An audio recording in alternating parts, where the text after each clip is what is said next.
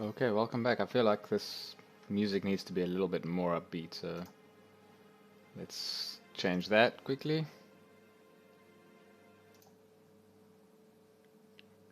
Maybe we just change the station. I think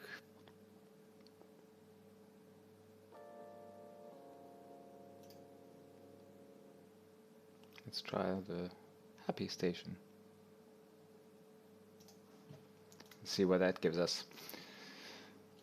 Okay, once again, unfortunately, Mixer is down because I started streaming a little bit later yesterday, which means the 24 hours isn't done, so hopefully on the next one it should be back. So my apologies to all the Mixer viewers. You'll have to catch this stream and the previous one on some other platform. Let's make space for notifications there, and then I can mostly see everything, and then we can see what's going on. So I didn't do any AFK fishing in between streams. Unfortunately, I didn't have time to do that. So I'm thinking what we should probably do is just start off doing a little bit of that.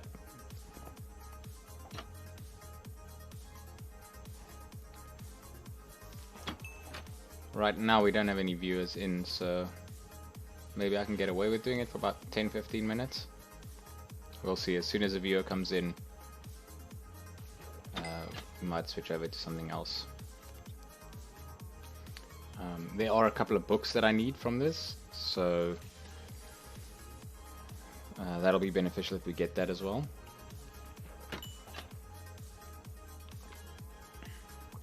We don't really have the gunpowder to make more rockets and really do any long flying trips.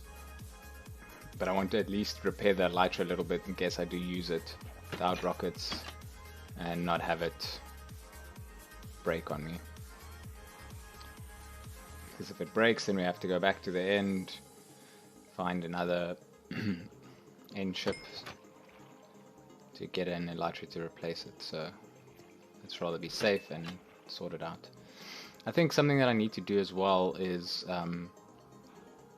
go to the nether. We need to fight the wither soon to start setting up beacons and just to get that advancement done. We have a nether fortress nearby, so we can just hunt wither skeletons the normal way, or we can start to set up that area to spawn them a little bit better. I'm not sure if I want to do like a full-on farm there, because I don't know that I'm going to need that many, but it might be worth doing. If we want to set up like 4 beacons, you know, we need, what's that, 12 skulls. 12 skulls isn't really at the point where it's worth making a farm yet, but it's a large enough number to be annoying without any kind of help, just doing it manually.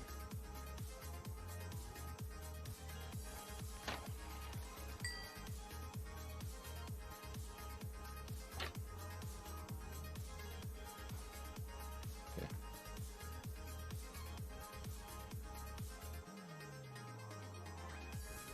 I don't really need the levels at the moment, but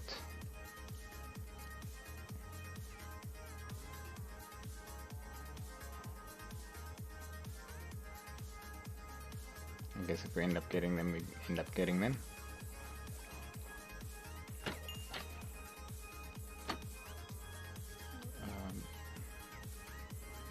Let's take, this is infinity, so that doesn't have a,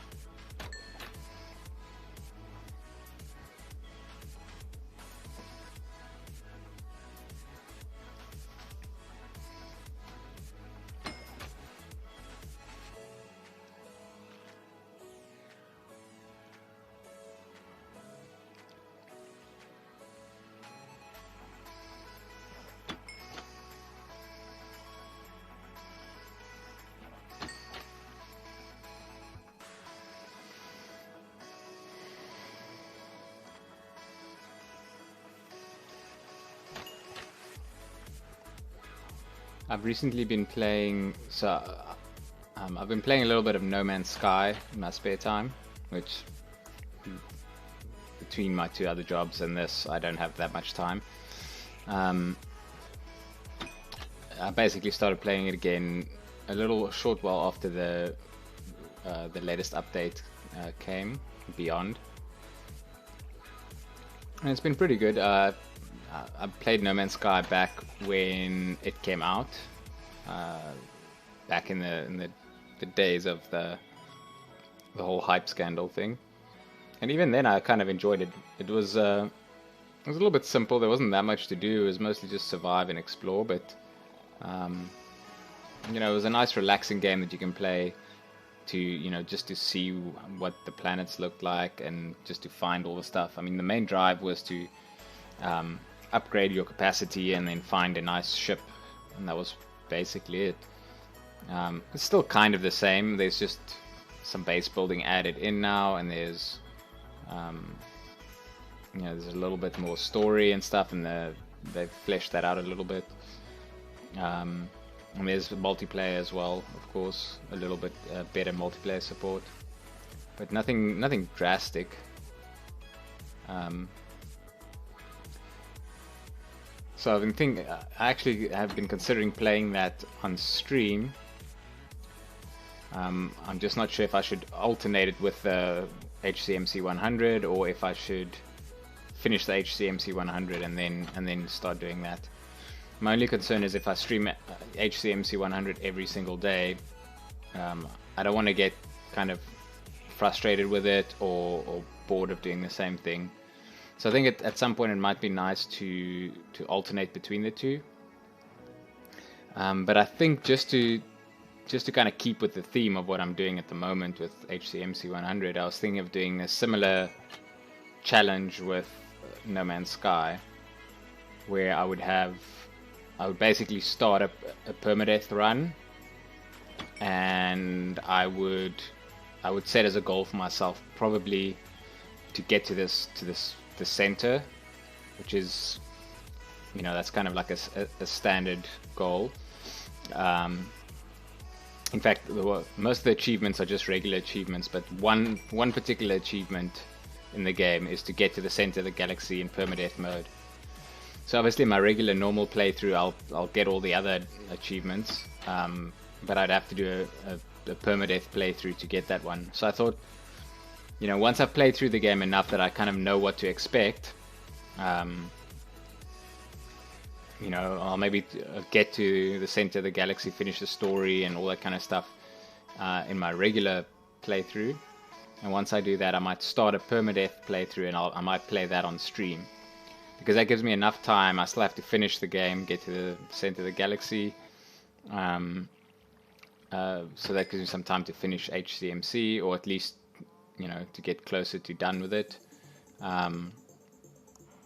So I don't have to figure it out right now. And also there's some issues with streaming it. The game itself has some visual artifacts that makes it not great to stream. So that's something I'll have to get around or maybe just deal with. I also can't stream it the way I stream Minecraft, which is running it in windowed mode to get 1080p, because I actually have an ultra-wide monitor, a 21:9 monitor. So I can't play full screen and just capture full screen. Or at least if I do, I only have one monitor. So if I capture full screen, I won't be able to see, you know, any of the streaming setup. What I've been doing lately is I've had the chat on a separate laptop.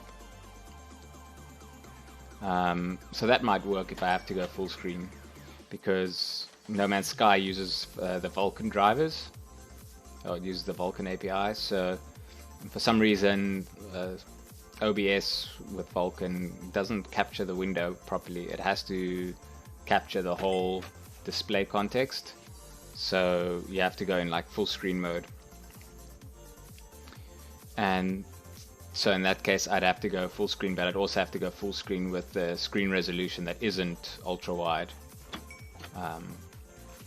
Because otherwise what's going to happen is a lot of the UIs on the sides are going to be cropped off, and you know, and the audience won't be able to see a lot of what's going on.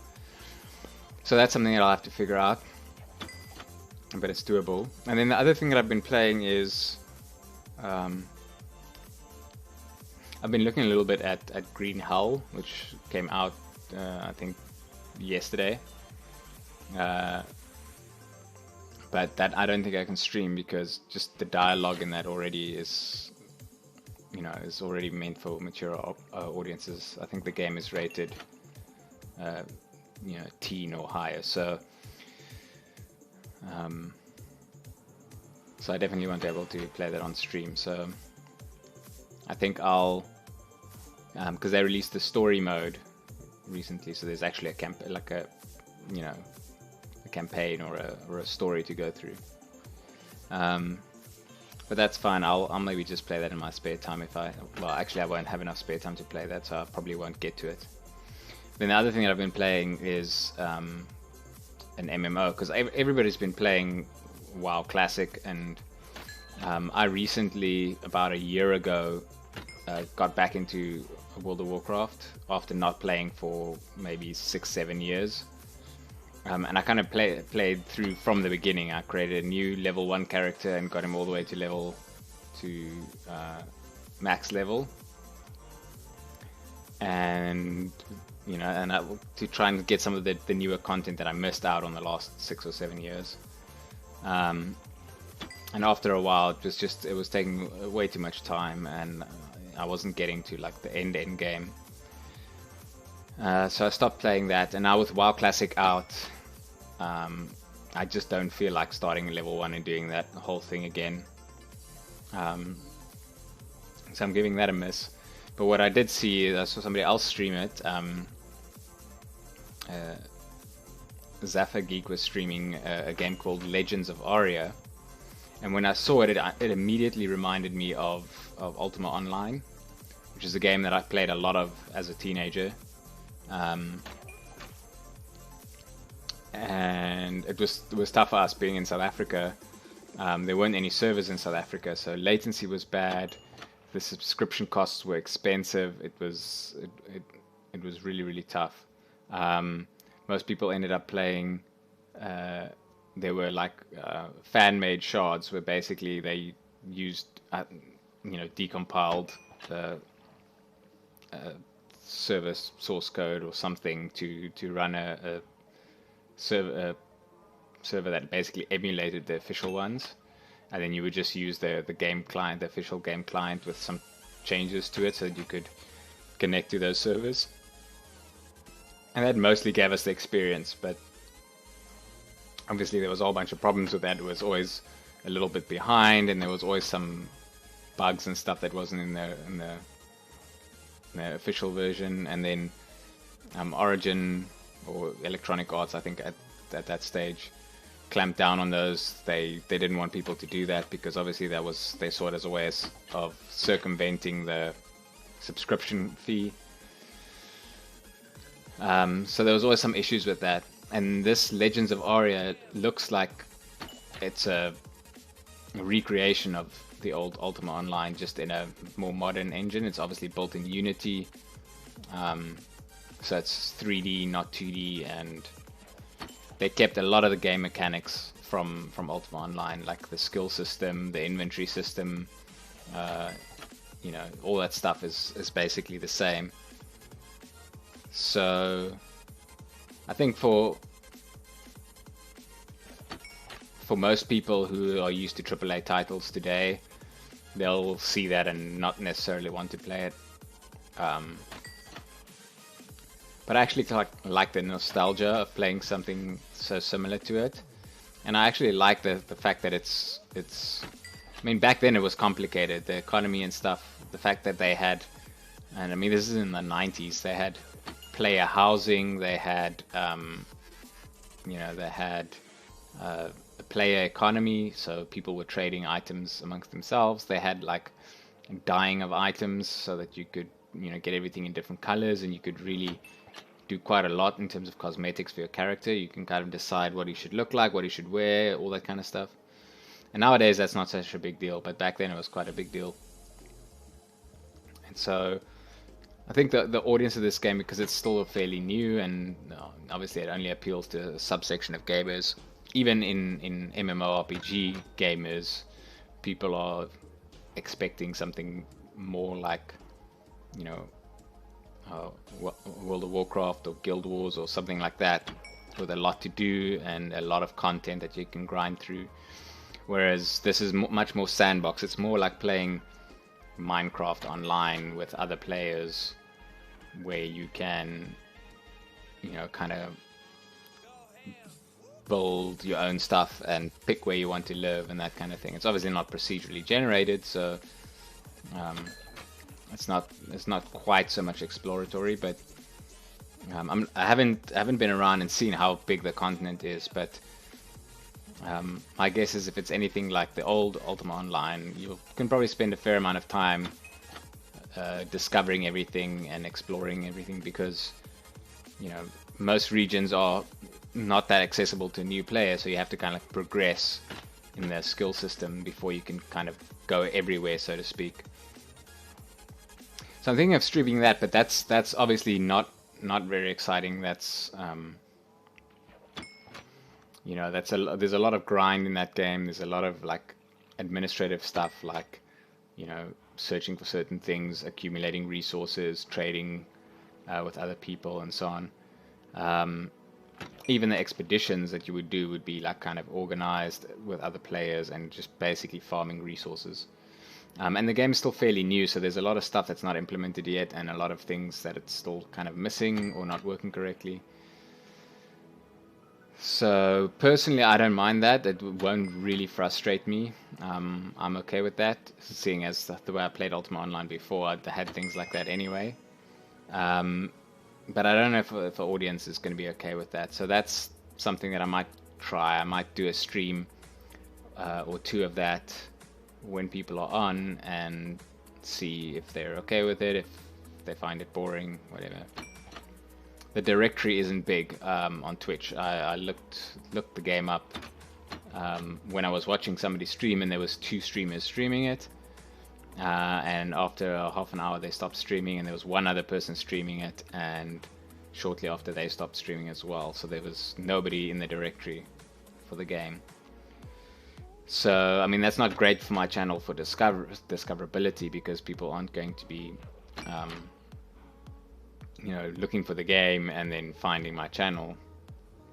But on the other hand, it could be good for the game if, you know, people follow me for Minecraft content and they happen to see that and they see the game and they think it's interesting, they might play it, right? So I don't know, I feel I need a little bit of variety. I need to at least have more than just Minecraft. I know a lot of channels just have Minecraft and that's all they stream, but they tend to also stream different things in Minecraft. So they'll have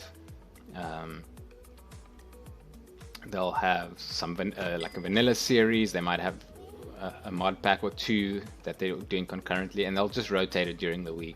So they'll if they're creating content on YouTube, like videos, they'll usually have like, you know, a video every 2 days, and they'll cycle it between 3 different series. So they might have a server multiplayer thing, they might have a single player world thing, which might be vanilla, and they'll typically have 1 or 2 mod packs.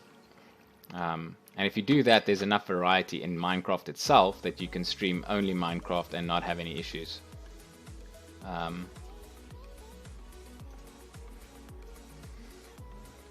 But for right now, I don't have that much content prepared.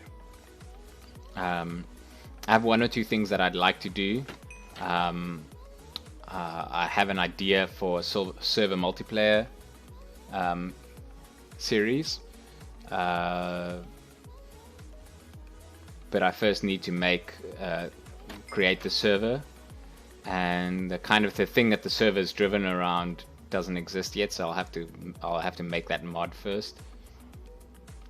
Which is something I've started looking into, but it's nowhere near ready. And then on top of that, for a successful server multiplayer series, you need a couple of other people to participate. And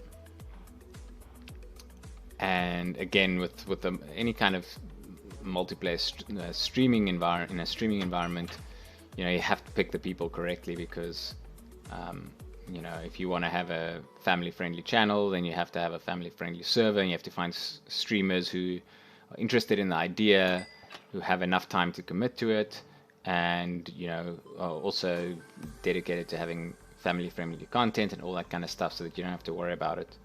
And that's a little bit hard for me to find as a new streamer. You know, like I'm not a recognized name, so people aren't going to be getting you know, recognition or followers or, you know, a boost to their audience from, you know, being involved in a project with me.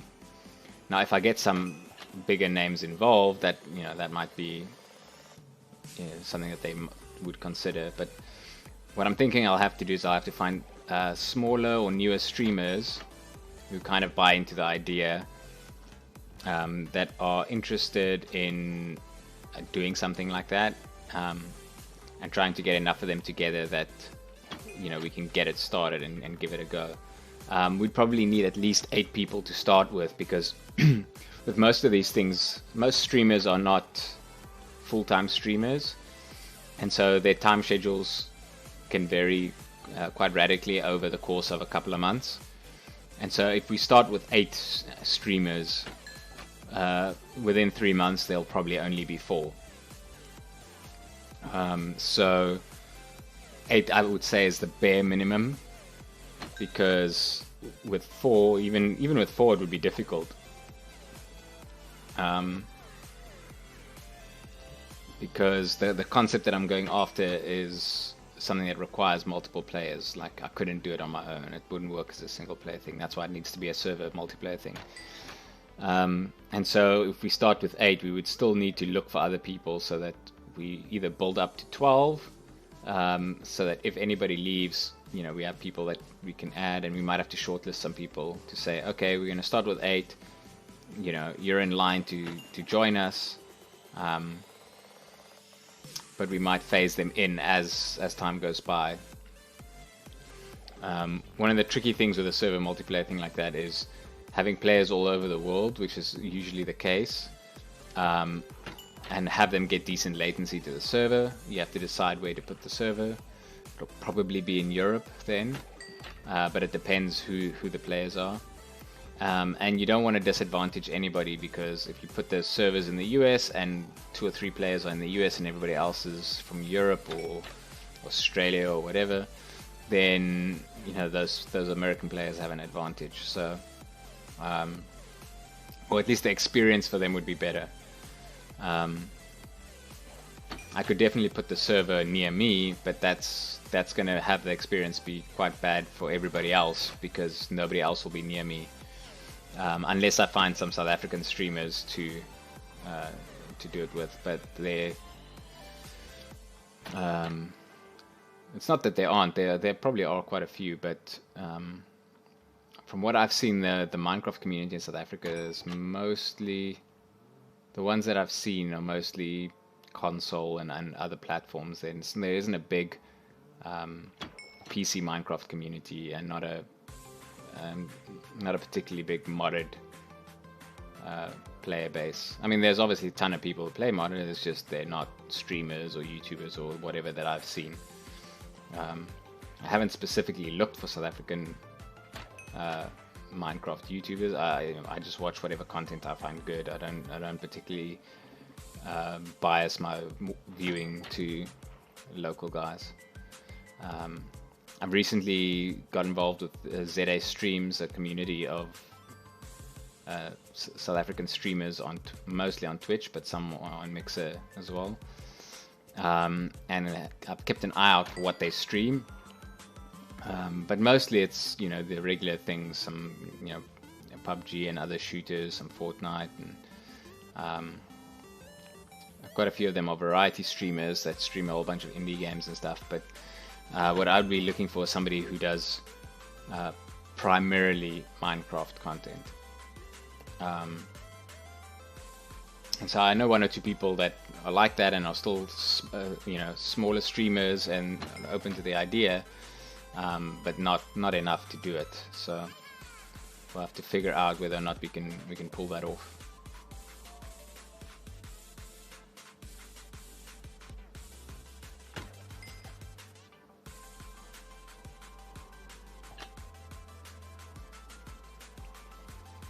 Okay, how long have we been doing this?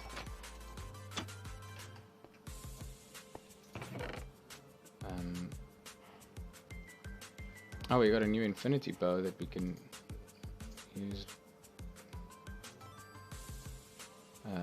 Mending and Punch 2. That's a pretty good book. We can use it. Punch 2 only works on bows, so we can use it on anything else if we want mending, and we can use it on a bow if we want Punch 2. Some of these we can throw away. So Infinity and Unbreaking and Power 4 and Mending, these are two excellent ones. Power 4 Punch 2.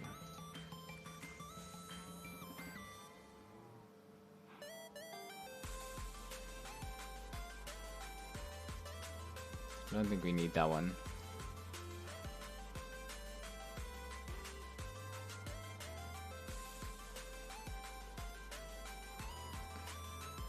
So this was a set of bows that we kept for if we wanted a mending bow, because oh no, sorry, these are the mending. Power 4 and mending, Punch 2, Power 4 and Unbreaking 3. So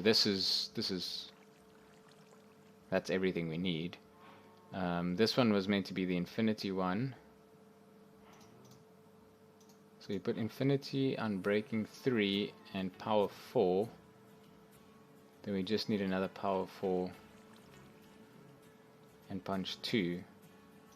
So we can take this, and then we've got Power 5, Punch 2, Unbreaking 3, Infinity with optional Flame. Power 4 and Mending, we don't need, we have that already.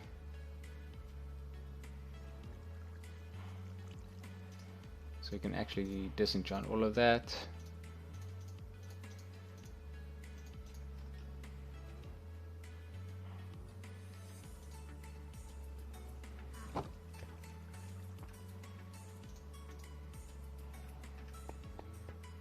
And then I'm going to combine.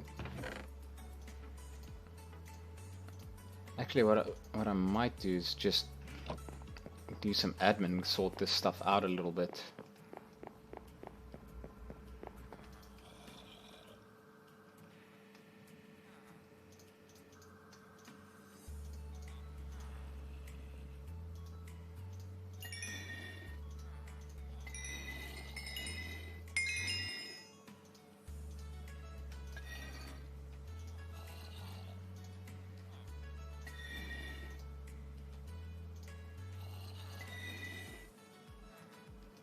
Okay, that should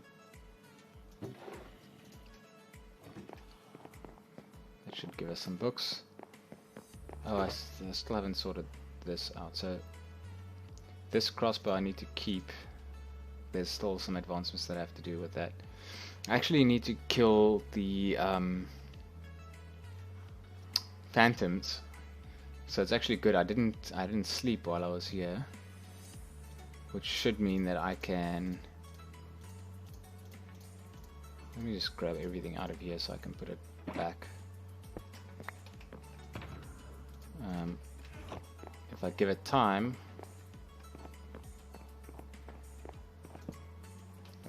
I should be able to go outside and get phantoms.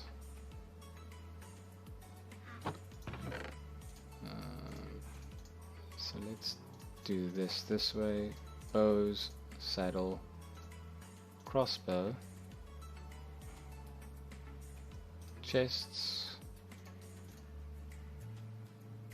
sand, and the cut sandstone we can put away here. So we've got smooth sandstone, and we can put cut sandstone there. I believe it's this one, spruce, no, dark oak.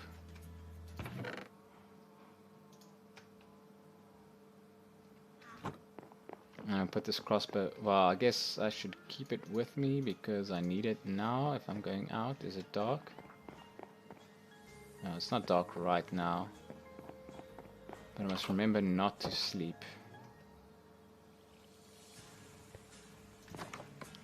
Can harvest the farm.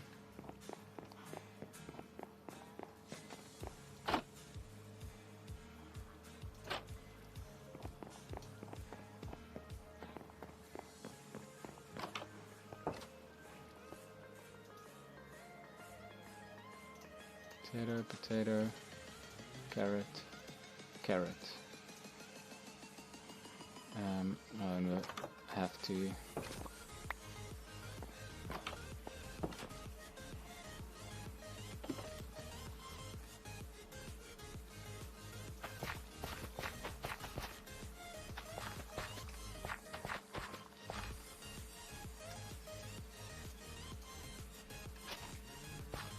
actually, I wonder if we'll finish this hoe before we get to all the other advancements. If we actually do run this hoe out regularly, just using it on this farm, that'll be hilarious.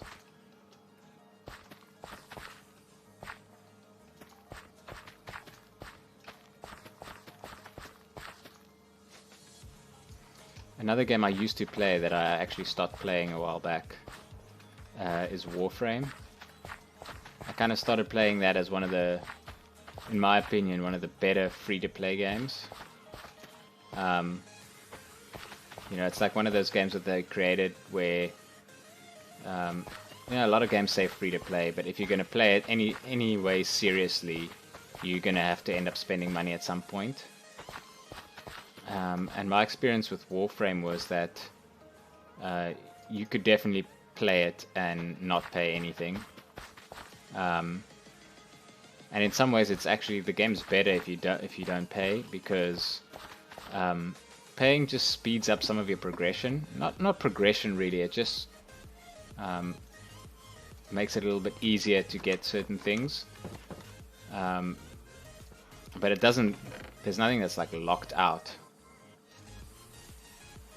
So you can definitely get everything without paying, and there's enough cycling things that lets you get some of the stuff that you would normally expect to only pay for without paying if you play the game long enough. So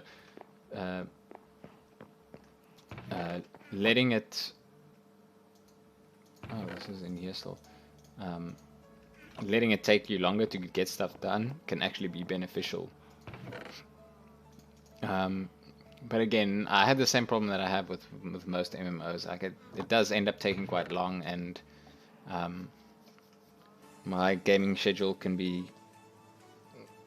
erratic sometimes. If I get busy at work or whatever, then I might not play for a while, and often when I don't play for a while, I struggle to come back to the same game I was playing before. So just see, I've got mending on all of this, but I don't have mending on everything here. That has mending, but the axe doesn't.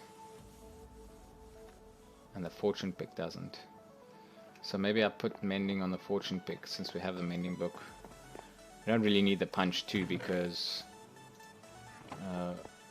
punch only goes on a bow, and we get punch 2 bows often enough.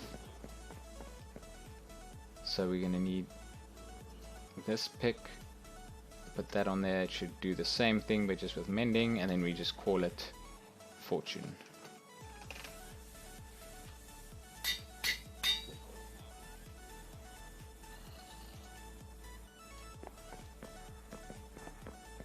And let's see if it's dark yet.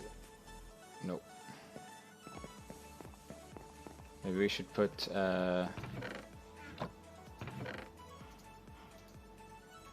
we had a clock, right? Maybe we can put the clock here. That should show us before we go out that, oh, it's daytime. Actually, what we should do is put it right next to the door, so it's a little bit easier to see, and we should do the same thing here, because putting this over that hole makes it a little bit harder to pick up. I should actually probably put something here that allows me to collect it, but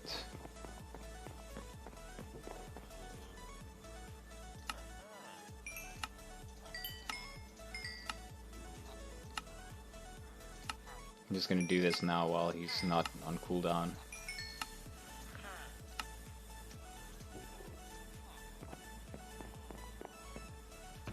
So that when we do need emeralds or something, You don't have to keep locking straight up. Since we're essentially waiting for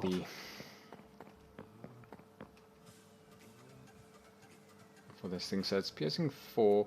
What we also have is there's an advancement to get 5 different mobs. Now you have to kill all 5, and this is where it gets tricky because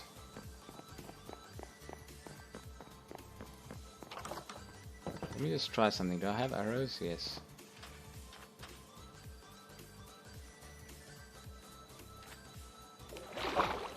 So I'm not sure if it needs to be 5 different types of mobs or if it's just 5 different mobs. I'm assuming they mean 5 different types of mobs because otherwise it would just say 5 different mobs, not 5 different unique mobs.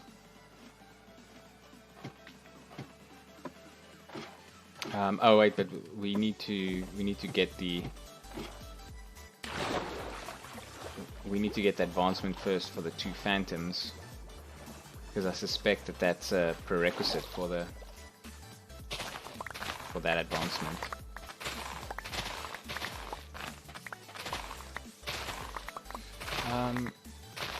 Otherwise, maybe what we can do is harvesting this can be annoying. Maybe we just make an automatic farm in the back somewhere, just so that if I'm doing things like AFK fishing, whatever, that I get a lot more of this, so we can trade it, because this seems to be one of the few things that we can trade relatively easily, and we just have to craft the sugarcane into paper, but that's not too hard. It's just a one-to-one craft.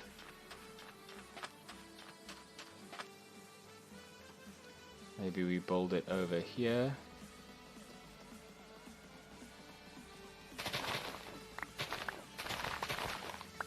Bring this down.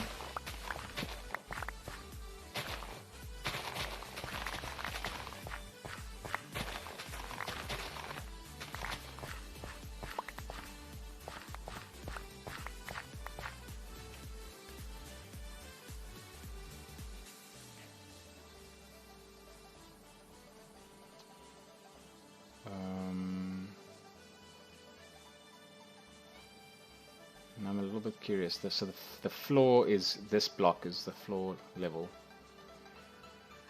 So I'm actually thinking what we should maybe do is have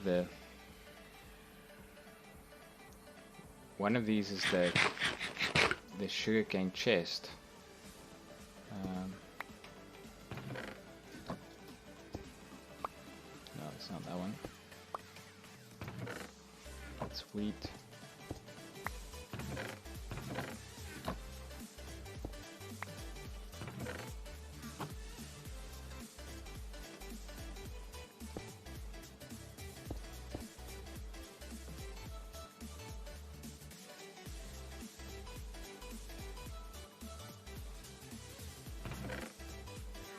Oh, that's the sugarcane chest. It's not even on the ground floor. Okay.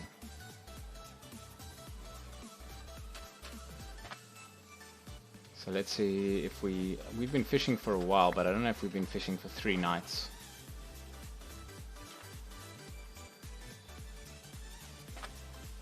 So if we haven't been fishing for 3 nights, then we won't get phantoms.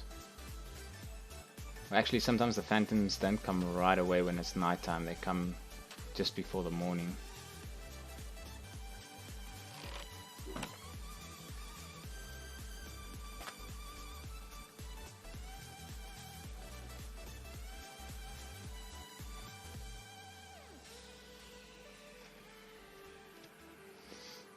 Okay, doesn't look like they're coming right away.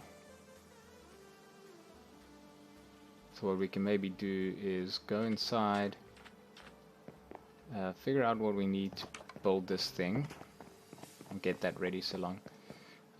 We will need, let's set up how wide we want it to be. So water flows 8 blocks, but the first block is going to be a source. And we don't want stuff to fall in the source because it's not going to flush. So let's say we place 7 blocks, which means we're going to need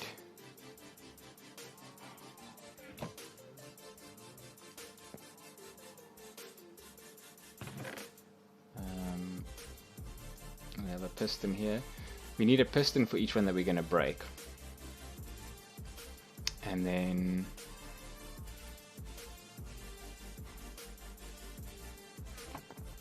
we need observers.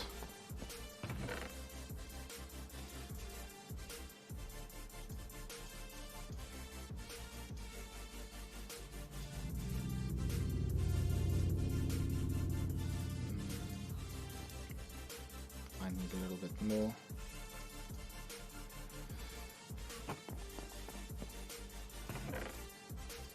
So let's get some cobblestone. I need the dirt, but we'll need some wood.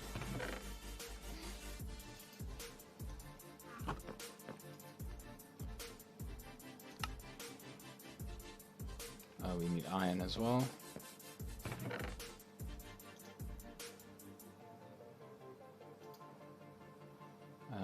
So we need 48, I guess would be the right amount.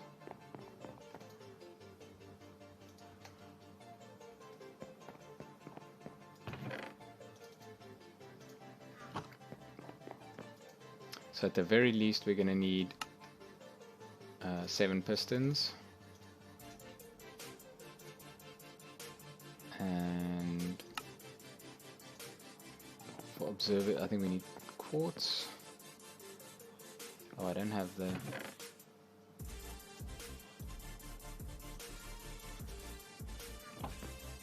don't actually know that I've harvested the quartz like this, but I haven't actually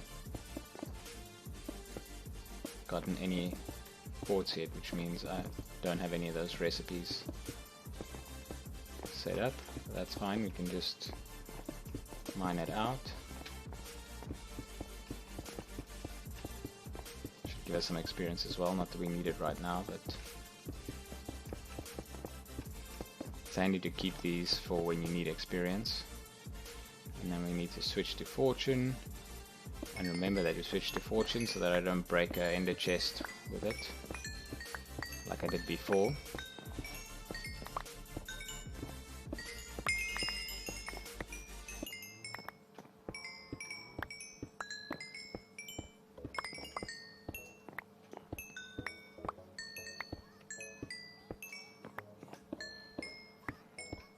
Luckily we just put mending on this pickaxe, so if this gets low it isn't a concern. We can just top it up with AFK fishing or at the mob farm or something like that.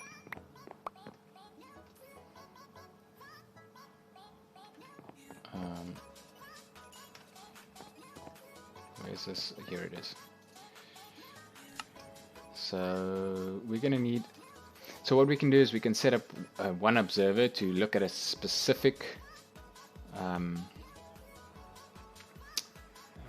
sugar cane to see when it grows to 3 tall. But sometimes that sugar cane might be the last one to grow to 3 tall. So what we can maybe do is...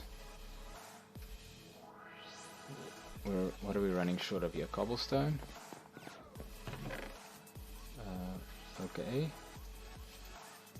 It's odd, but it's something we can get around. So if you put observers at all 7,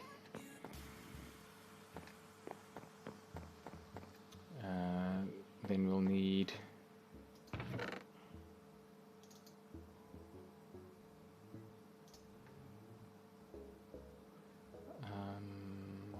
trying to think if we have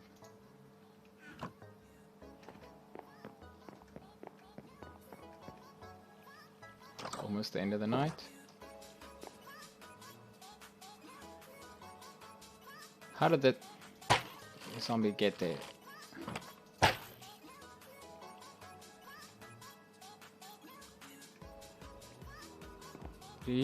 Where did... Oh, he must have spawned on the wall.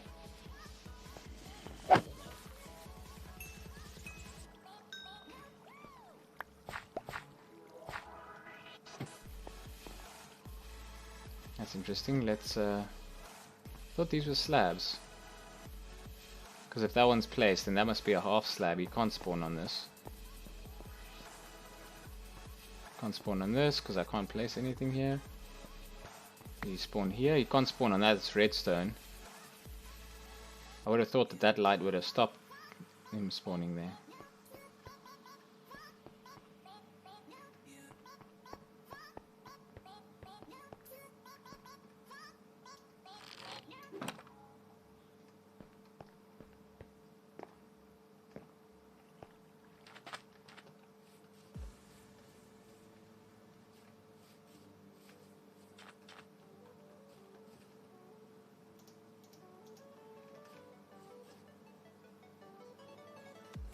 So let's see if maybe we can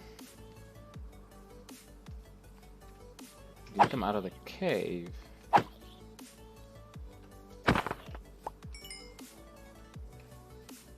Yeah, it looks like he's coming out of the cave.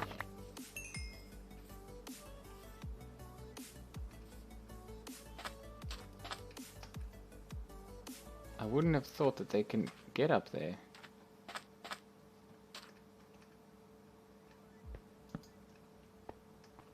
I did put torches down here. That's strange. These are slabs. I mean, they can go up there, but I don't know if they will. Unless there's something here that's dark. No, there's a torch right there. And they're not drowned. They didn't come from the water.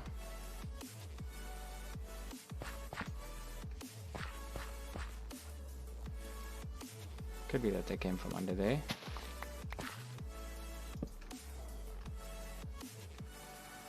Strange. Okay. Don't really need to worry about it.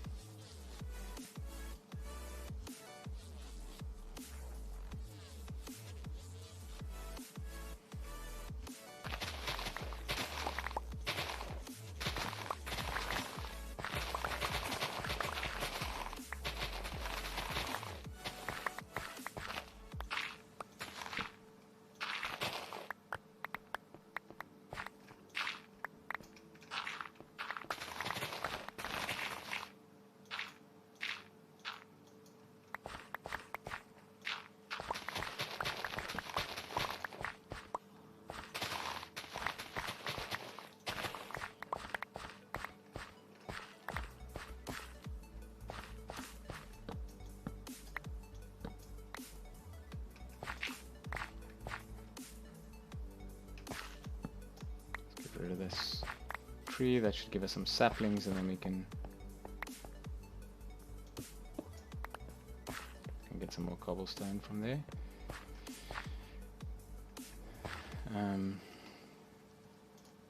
So let's see, we'll need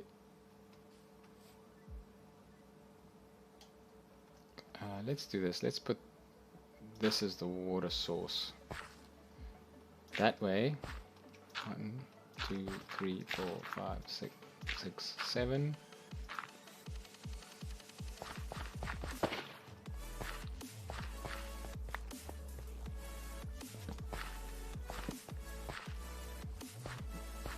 That way this should fall one short, which means if we put a hopper underneath there, we should get all of it.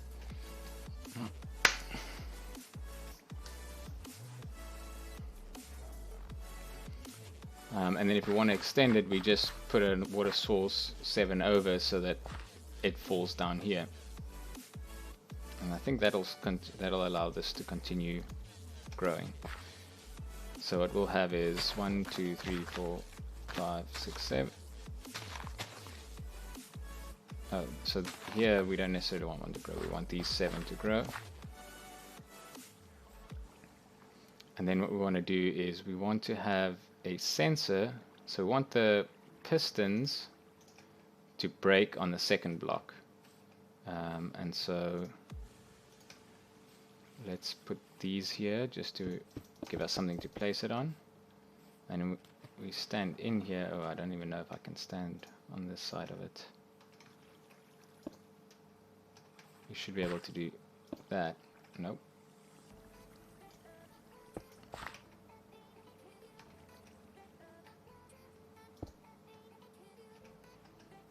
be able to do it in between the hitboxes, which is a little bit weird, but it works. Okay. Oh, sorry, that's not right. That's too low. We don't want to. If we break the bottom sugarcane, it's not going to grow anymore. What we need is, oops, block lag. We want stone bricks to indicate that this is something that's doing something useful. That's what I tend to do when I'm going to do redstone. I make bricks or wool or something. And now this should be much easier because now we can just place these here. So now what we want to do is we want to trigger all of these as soon as one of these, any one of them, hits the third level. And I think the way that we can do that is, what some people do is they pick the one in the middle, they put an observer there, and when the middle one grows to 3 tall, it just cuts all of them off at the middle section. But what I want to do is I want to just check all of them, since I have enough resources to make extra observers. I'll just check each of the 7, and if any one of the 7 gets to the point where they have something in front of them, it'll cut all of them off. And I believe this is the way that you do it. Place it like this. They should. No, that one's not going to point the right direction because it's too far off to the side. They should all be looking in this direction. Yes.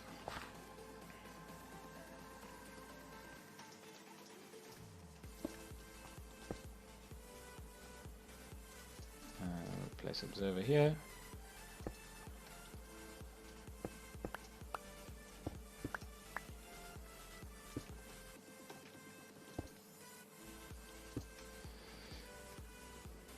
And then now whenever any of these grow to 3, it'll output a signal backwards, but then what we want to do is we want that signal to trigger a pulse here. And I think the way that we're going to do that,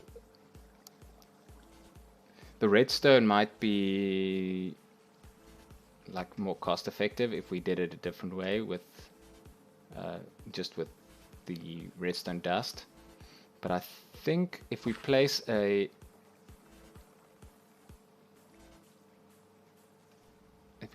observer pointing upwards here,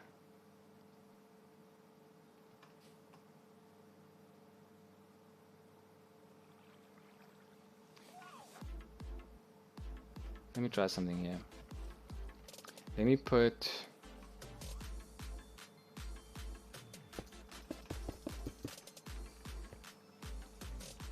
I don't actually have to need them all to be connected. I can let each plant trigger just the one. Like the one that it's, so this observer triggers this piston, and then it won't be more or less efficient. It will, yeah, I mean, we'll have the same growth rate, so we'll have the same yield. What I need is, I'm trying to see if so I need to actually, let's just experiment a little bit here. I haven't built this before, so I'm just figuring out what it needs to do. So if I put a, oh, I thought I put that there. If I put a block here, when this triggers, it's going to power this block. This block should power this dust, which should trigger the piston, but that'll break the sugarcane, which will make the break the sugarcane above it, which should trigger this again, which might trigger the piston twice. So let's just test it while these things aren't connected. If I put that there, And then if I put another one, oh, it triggers it once. So it grows, and then it grows, and breaks both. They tend to, it looks like they sometimes fall on the edge here, which is not great. The way around that would be, oh, slimes, would be to put a slime block with a sticky piston behind it, which will actually shoot, when it breaks it, it'll shoot it against the wall, which is what we want. But I don't have access to slimes yet. I don't have a slime farm, I don't have slime chunks or anything. The best I have is a swamp, so I'll have to go and hang around the swamp at night, so, which I'm okay to do, but then I first have to sort the phantom thing out, because I don't want phantoms while I'm doing that. So I think we'll do it like this, and it'll be lossy for now, and then we'll fix it up later to be less lossy when we have the stuff that we need. So that has to remain dirt, but we can make this stuff stone, which I want to do because I want to stop things falling off to the side. Sorry, I got one of these small mosquito things that keeps flying around. It's very annoying. And since this is the source, we actually don't want it to fall in there, so we're going to close this off as well. And so we basically have the same thing here. We're just going to get rid of that block so that we can come here. And right now I think what will happen is, since it's 7 wide, any observer will actually trigger all of them. We only really need it to trigger the piston below it, but right now it should trigger all of them. Let's see. It's hard to see if they're all going. Let's place it there. Let's see if those ones also break. Oh no, it's not. It's just placing. It's just doing the one below it.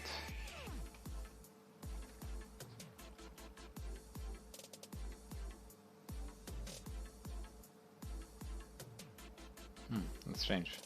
I would have thought that it would do all of them, but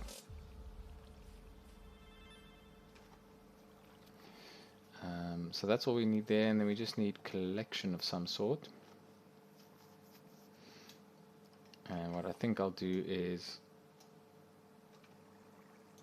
just for now, we will fix this up a little bit later.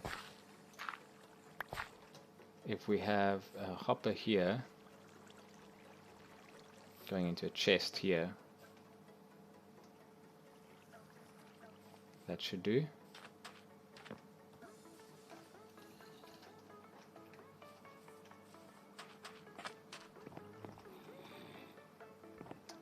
How did... Okay.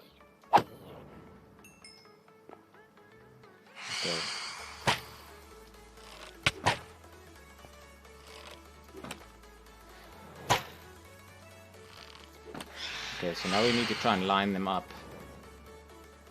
That might be tricky.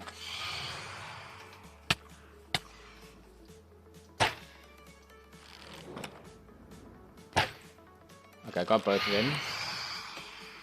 No, I need to ignore the other ones. I will need to get these two because they're... How am I going to line them up? I just need to get 2 of them.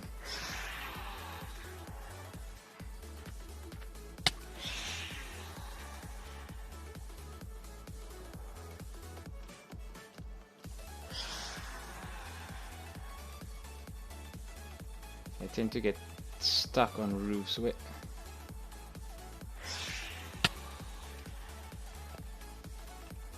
Where's the other one? Is he stuck on the other side? I don't want to kill them if they're not together. Oh yes, he's stuck over here. Okay. You want to hit me? This might mess up my farm, but...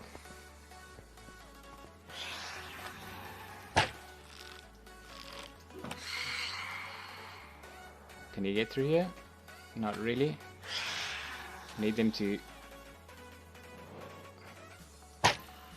Oh no. Didn't pierce. Is there still a third one? There were 3.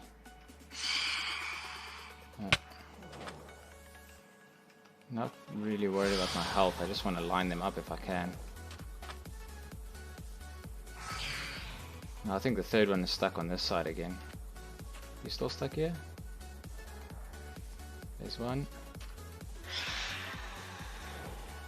Oh, there's new ones. Perfect. So just start killing them until I hit 2 of them. Nope.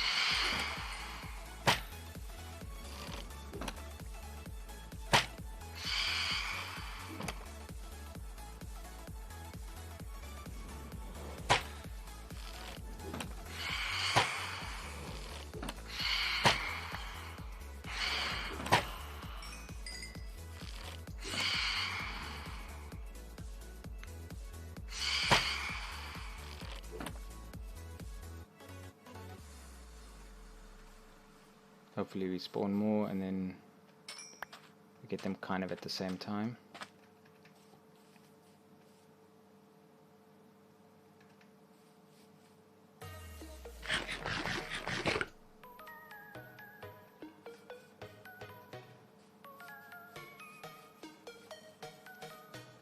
Looks like we spawned 2 batches and that's all we're getting.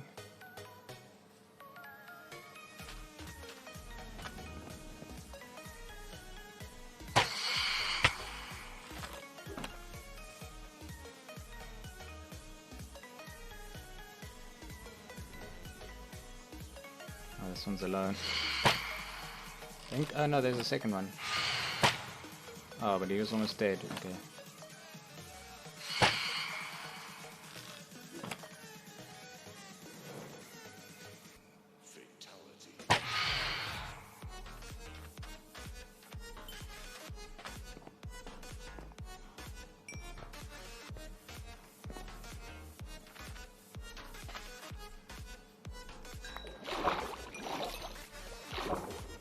I think we have a need for these phantom membranes because we don't really need slow falling potions anymore.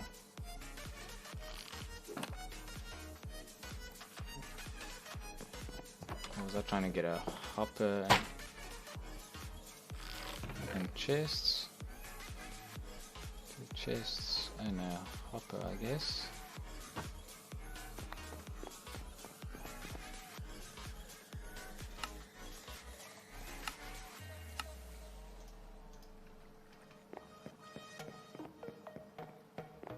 Still night time, so we still have a chance to get more.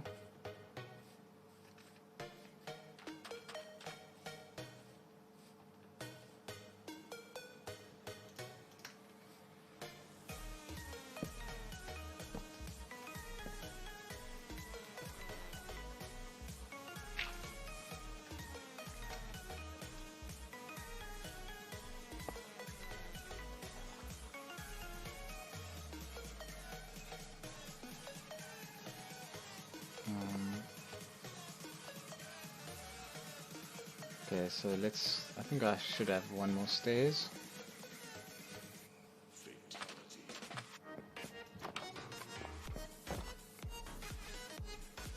Stairs will be in the stone chest, but we don't have. And you need 6 to, oh actually no.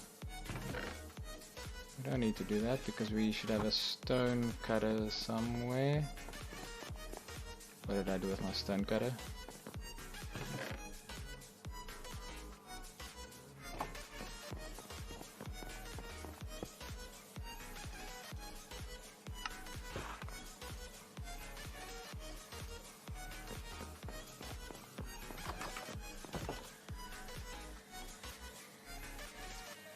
And it's raining as well.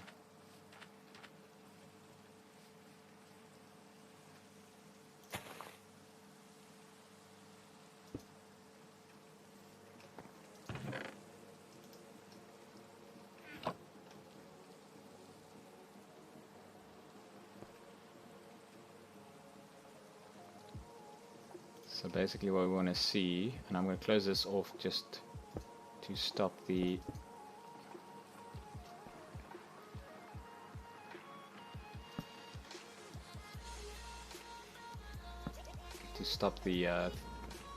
things from falling out.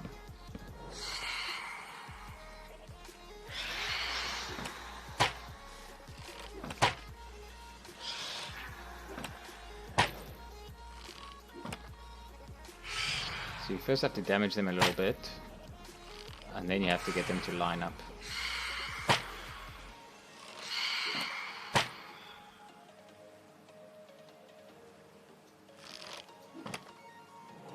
The problem is they don't attack at the same time, so that one might be one hit away.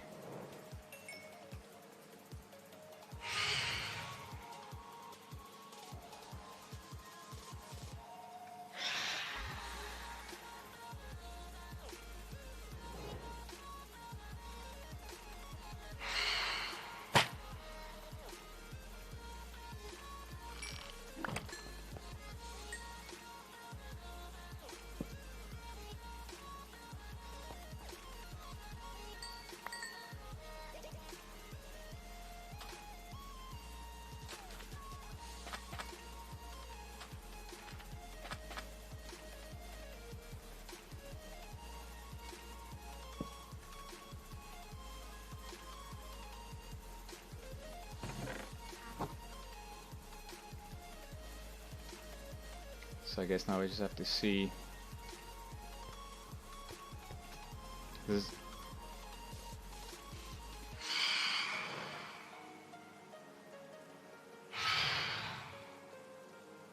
12 arrows.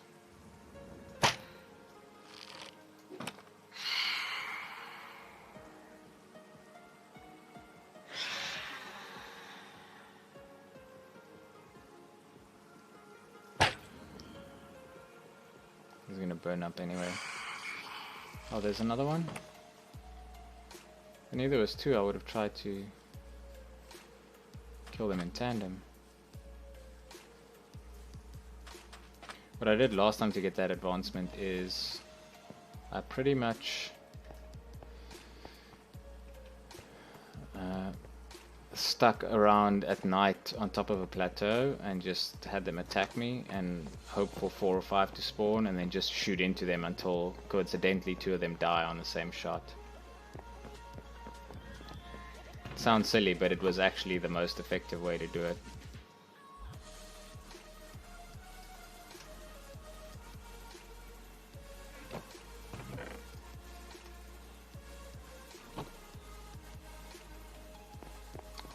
Let's try and put some of these phantom membrane stuff away. I think it's daytime again now, so we shouldn't have any to worry about.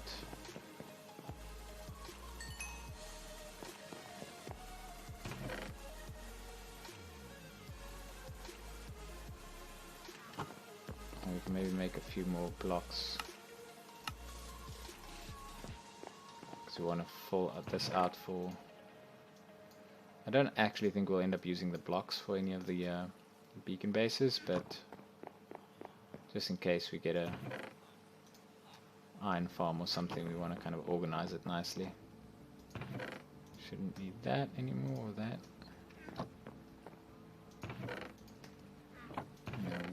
Some of these blocks away, and the TNT should be here.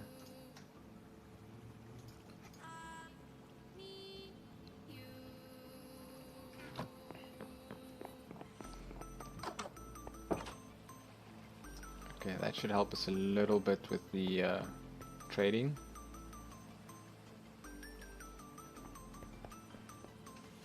Probably doesn't produce as much as this does over time, but then that's if we harvest this the whole time, which we don't do. Like that one's stopped now, but in this scenario that won't, it'll keep on going. But we have to wait for them to reach 3 high before it all harvested. So it's really a straightforward redstone build. It's just this observer triggering this piston, and the only thing you need to connect these two is a block and a redstone dust. Well, 2 blocks and a redstone dust.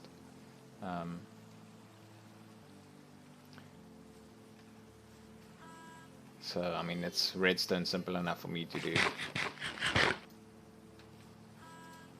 There's probably a way to do this directly with observers, but if I put observer here, it would need to look at the bottom of this one. So if we wanted to do it like that, we would have to do something a little bit more complicated. And I think this is the shortest way to get that done, considering we don't need all of them to trigger. I actually would have expected this to trigger all of them, but I'm obviously missing something here. Because I would have expected the pulse going into this block to trigger the redstone signal in the dust, but then the dust should conduct it, and then it should power all these blocks. But it's actually doing exactly what I wanted to do, so I got it wrong and it worked out.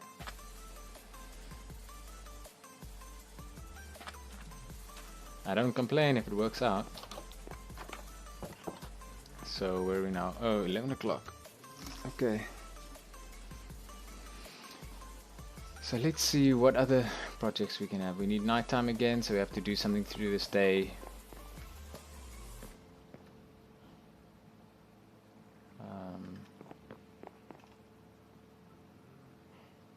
Efficiency, if we can get... I don't know if I want Silk Touch or Fortune on the axe. I think I want Smite. Smite and Fortune, maybe?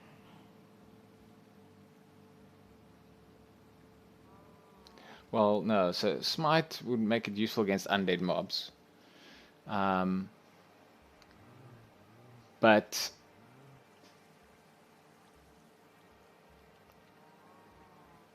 for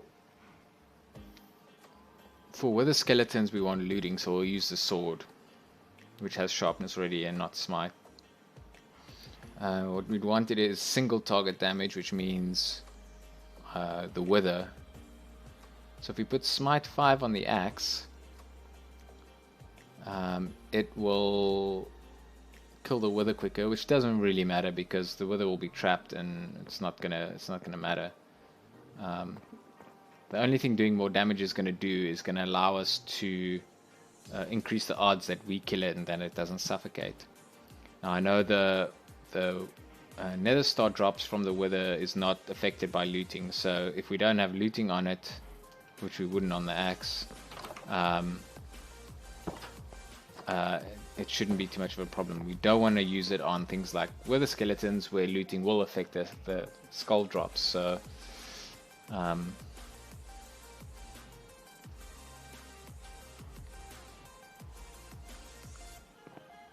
so we can put smite on there, and then the axe can still have fortune or silk touch on it. I think maybe we put, so the thing that I usually want silk touch on is I have silk touch on my pickaxe, so I can silk touch things if I really have to. Like if I want to have this be, oh, I'm on my fortune axe now, not my silk touch axe. If I need silk touch for something, I can always do it with my pickaxe if it's a one-off thing. But if I am trying to collect like a lot of dirt or grass, the silk touch shovel is nice. I don't want fortune on a shovel because that means I can't get flint. Oh, actually, it means I can't get gravel. If I put silk touch on, it means I can't get flint. So I think silk touch always picks up the block and then you never get the flint. But you can always break it with your hand to get flint when you need it, and we don't need flint much because we're not crafting arrows. We can get arrows from the mob farm. So Silk Touch on the shovel makes sense, and maybe Fortune on the axe will improve the odds of getting saplings from trees. I don't know if that's something that we actually care about. I think we've gone past the point where we were worried about saplings. Unless we're planting the trees that don't give a lot of saplings. I don't think it really matters. So we want nighttime to get the phantoms out of the way because we want to do that. So let me get more arrows because I just realized this is using up arrows, and I used up a bunch of arrows before in the wither fight.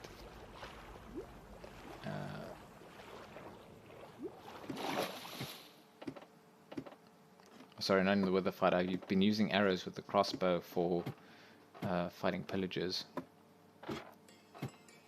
So we want to have more. So we might as well stand at the mob farm during the day and come out at night. Okay, we don't have our elytra on. We must remember we don't have our elytra on. If we jump off, it won't matter because we're over the water, but I'm just thinking if phantoms come and I want to get to land so that I can fight them. Just remember not to sleep.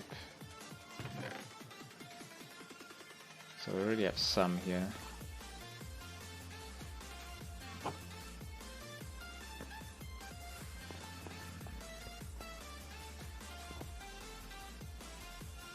So what do I need to repair?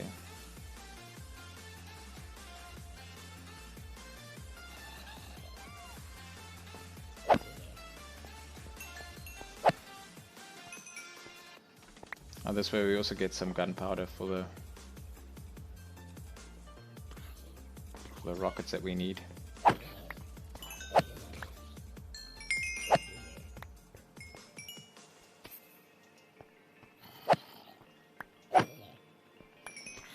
Unfortunately now with all our mending gear, we're going to end up with quite a lot of XP going to us, so let's take it off.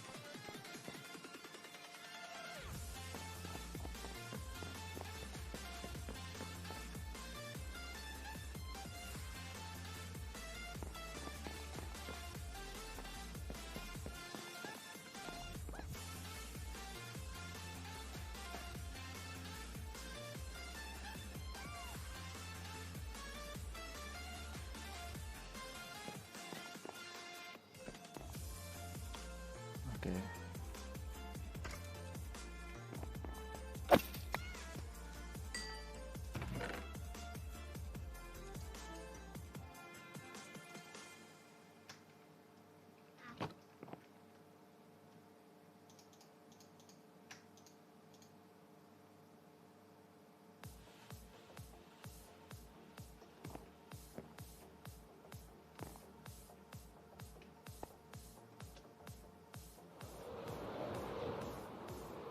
Oh.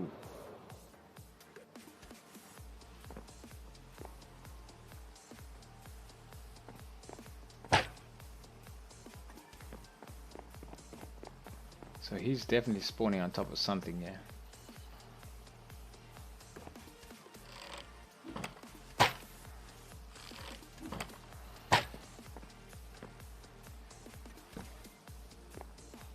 He's spawning on top of that. So that must be where the zombie spawned as well.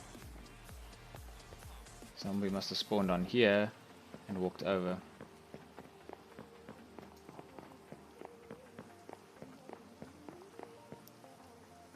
It's actually a nice spot to be when the phantoms come.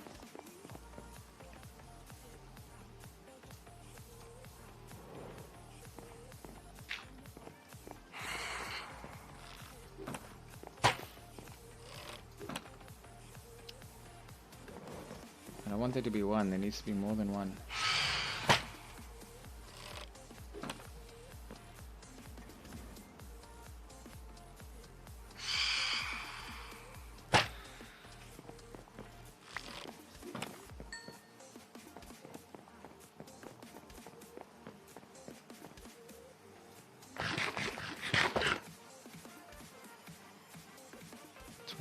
Arrows.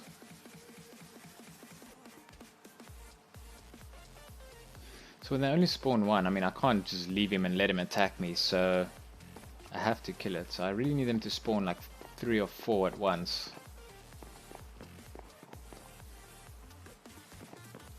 And that gives me the best chance of actually hitting some of them together and having 2 of them die at the same time. Oh, it stopped raining, that's nice. I hate what rain does for the video quality.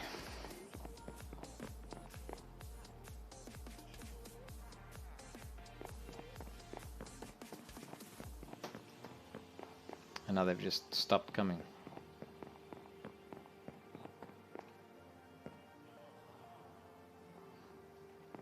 I really like to get this Phantom's advancement out of the way so I don't have to worry about whether or not I sleep and all that.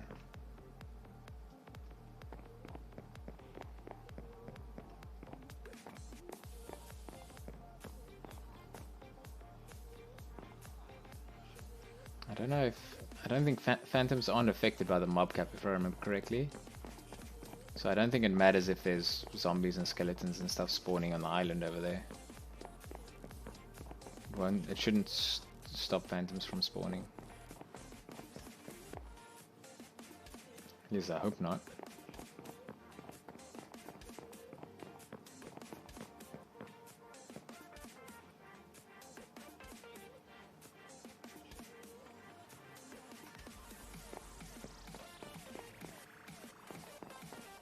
Now it's just dead quiet, no more Phantoms.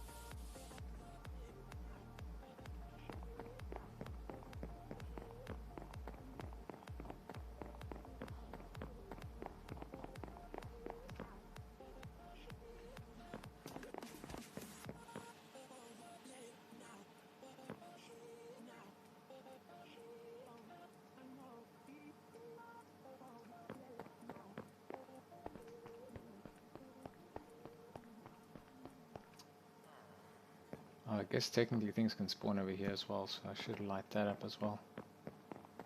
Since I haven't put a roof section on it yet.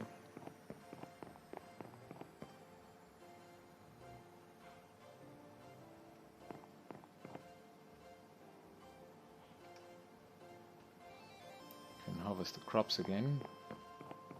But I'll do it once it's daytime, I don't want to interrupt. Because once I go inside, Phantoms don't spawn. Okay, so we got 2. That's kind of lined up, so I hit them both, but they don't die. Come, I need you to come together. Same time, here we go. Hit them both. Now you see I hit them both of them twice. But now I can't hit them, so I'm going to let them hit me. So that they'll line up again. They should die on the next shot, but they have to be together.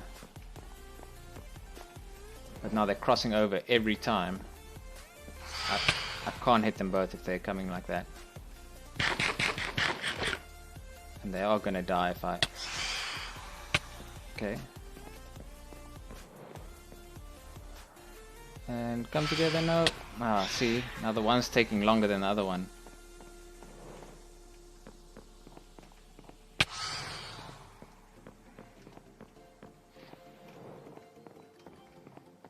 Can I line them up like this? Oh no. I can't kill one of them because they have to line up for me to get them. Next shot's gonna kill them. Where's the other one? He's not coming for me anymore.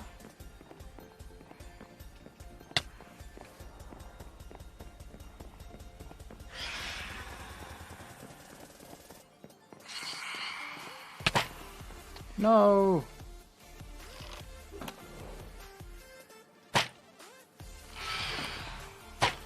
You useless.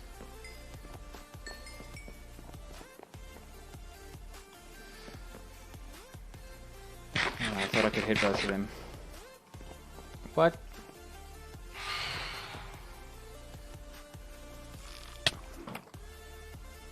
I actually don't even want to waste the arrows on it if it's just one, so...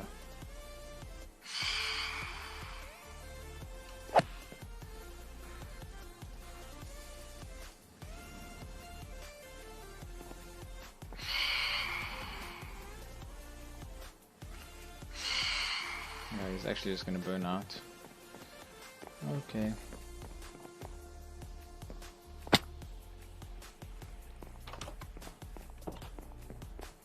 Let's harvest the crops. For a second there I thought it might get both of them.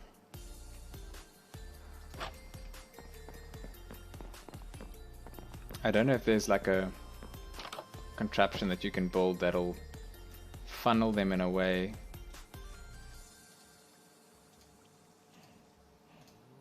that they all kind of end up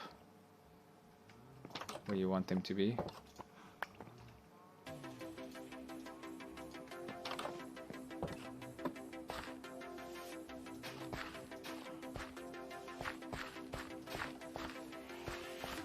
You can actually see where he came down the roof, landed here, then he landed here, and then he landed here.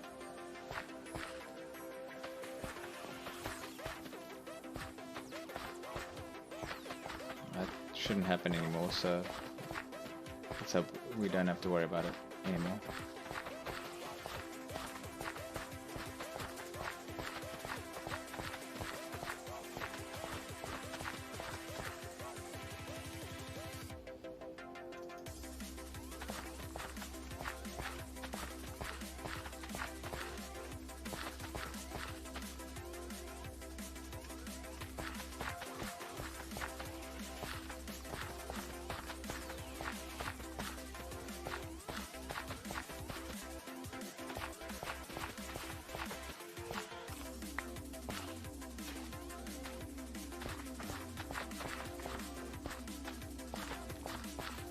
I don't know why sometimes when I drop down there it breaks the farmland and other times it doesn't.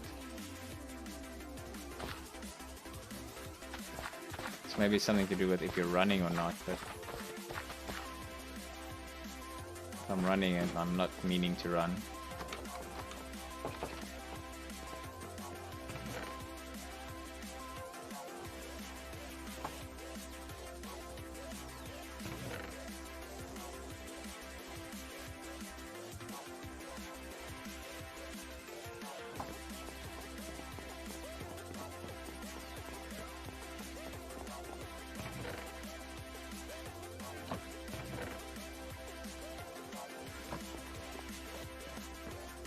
Let's just trade with him.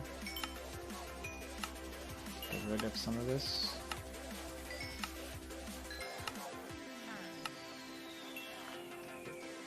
Oh, his price has gone down to 16, which means it's a multiple of... It'll actually do a stack, a full stack at a time.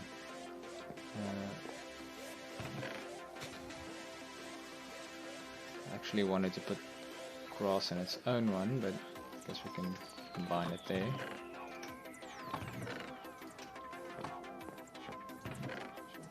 Anti-membrane. Oh.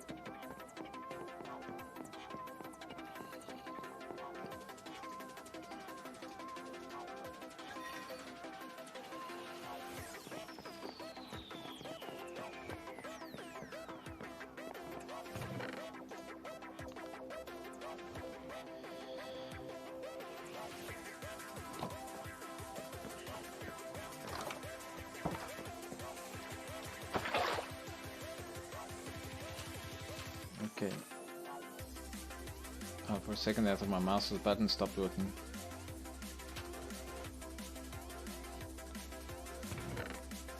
Okay, we started getting some sugarcane. That's good.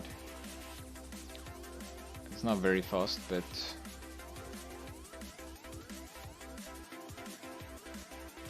it'll run while we're AFK fishing and stuff like that, so while we're just around here. We should be able to feed. We don't actually have a wheat farm anymore, so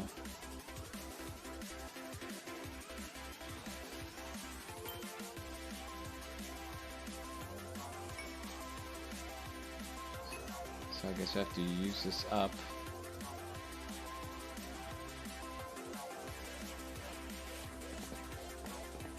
We can always plant some wheat if we need in the farm to get that stuff done. Let's see what we have. Hostile types, biomes. At least we've done more than half of them, but obviously the ones that we don't have are probably the rare ones.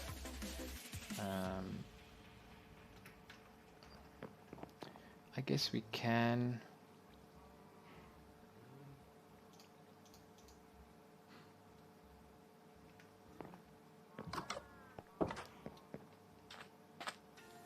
do a little bit of stuff in the nether maybe. I think what we're going to need is some ladders. I want to set up a, not really a nether hub, but just kind of like a makeshift nether hub style. Oh, there's 45 ladders. That might actually be enough if I think about it.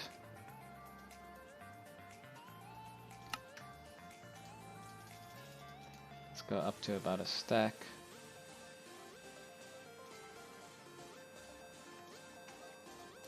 Even more, why not? Ladders are cheap, they're just wood.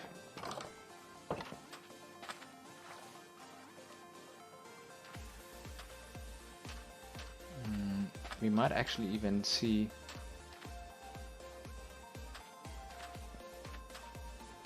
our nether is safe.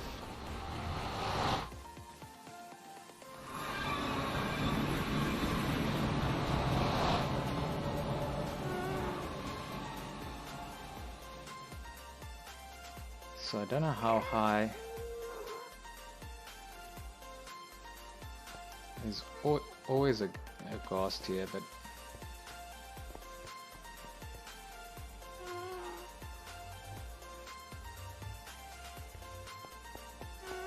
okay, we can go up here. So I'm actually trying to find 0. So this is 0 here, but then it's that way. So if I go up here,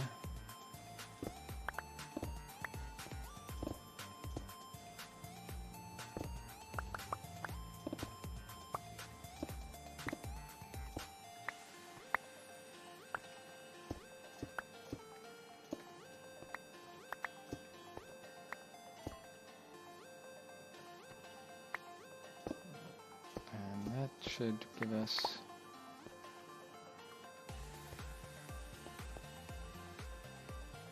okay, so this is kind of sheltered, so that's nice.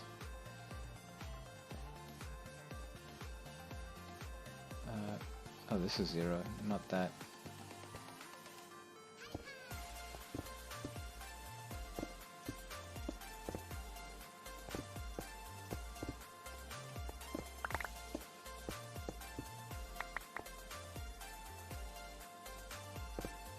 So this is -12. Oh, that's not good.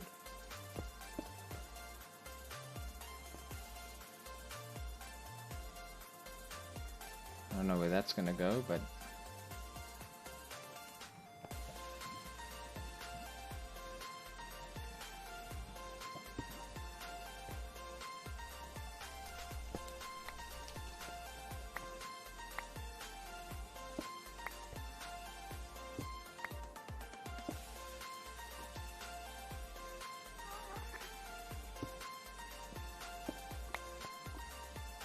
oh, that's annoying.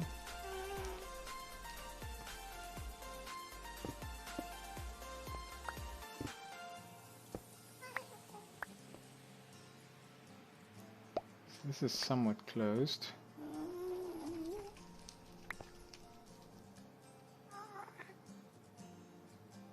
At least at the top.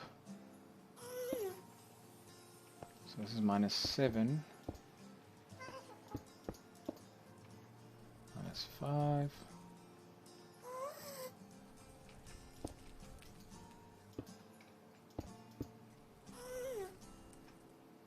-3.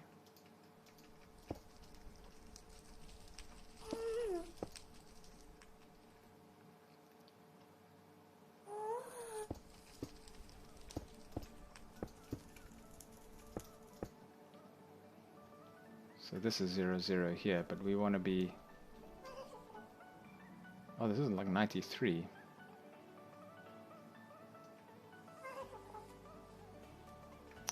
So let's do... So this is just the top of that platform, which shouldn't really have anything going on. Should just be able to see that's off to the end portal.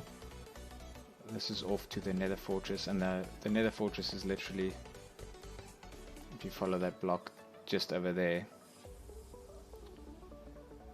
So what we want to do is we just want to get high up so that the ghasts don't spawn. So what I'm going to do is I'm just going to go up. I'm actually going to go all the way up to bedrock just to see where we start noticing it. And hopefully we don't get any ghasts noticing us and shooting us off this, because that's going to be annoying. Oh, I didn't actually need to place that.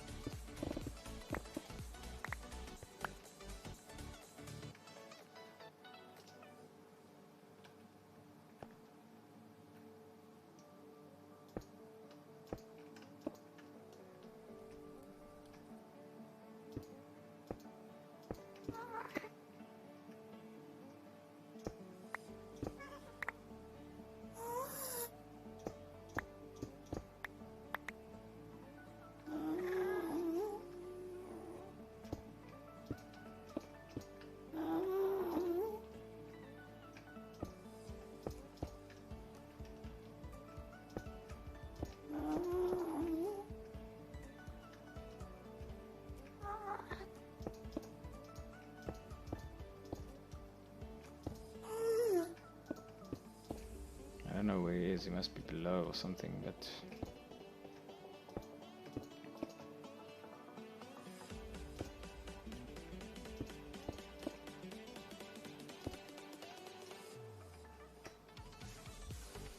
that all the blocks we had? Thought we broke more than that.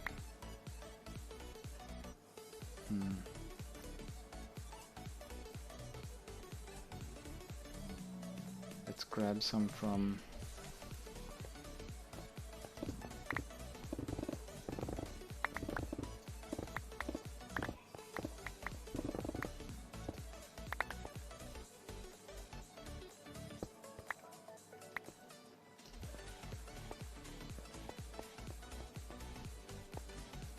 We just need to get to the other wall so that we can start breaking through that and get those blocks.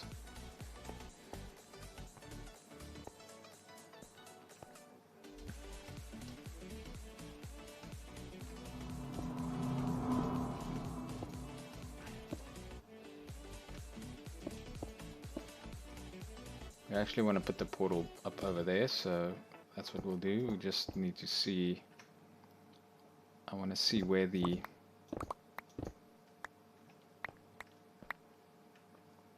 I start noticing bedrock. I think it's 128. So what I've usually done in the past is I've started to build these pathways at about 100. But looking at this ceiling here, I'm well past 100 already. I'm at 115 and there's still ceiling here. So what I might do is I want to try and just get into that ceiling so that I know that the chances of me going through blocks will be higher the further I go away. So there's the bedrock. And the bedrock is kind of uneven, so it starts at this level, but I think it goes quite, I think goes, yeah, that's 4 blocks. So this would be the lowest we could go, so we could safely run underneath it. But this is 121, so maybe I'll just go 120, because that gives us 3 blocks under the bedrock, and we can leave the bedrock there. I don't think anything will spawn on it, so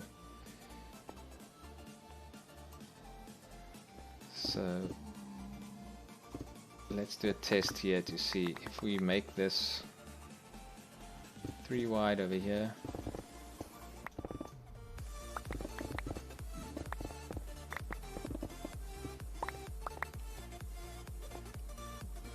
Yes, it looks like we'll still hit some open spaces some of the time.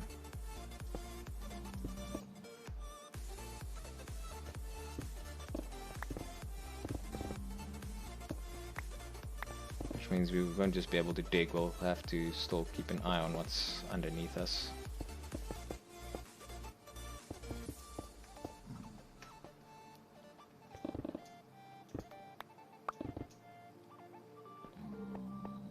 This is, if I remember correctly, I can do another row. Yes. Hi, Slime Mobber. How's it going? Did you have a stream? I didn't really get a chance to watch streams today.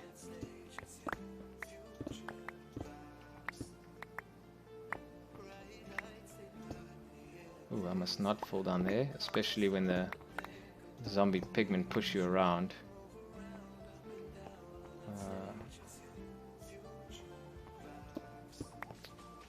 Okay, so I haven't missed anything. That's good.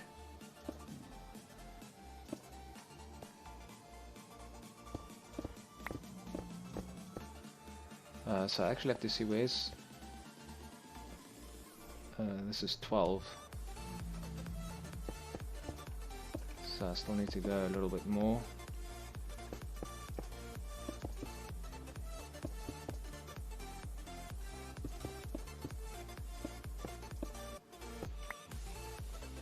Should give us the block, and need to keep this railing here as well. This row also needs to go.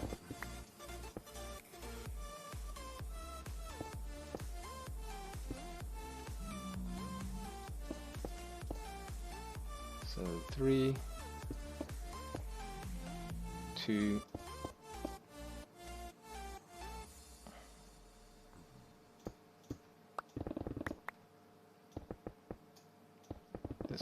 just going to be open then.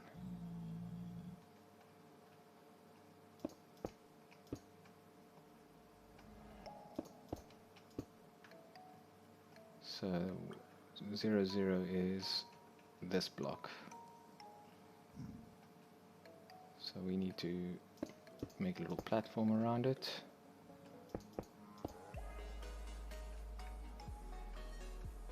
Let's just clear this out as well.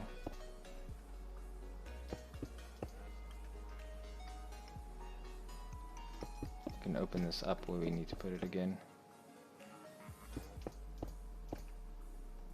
I just want to put like a wide enough area around it so that I can walk around here without worrying about it, since this will be how we get to all the other locations.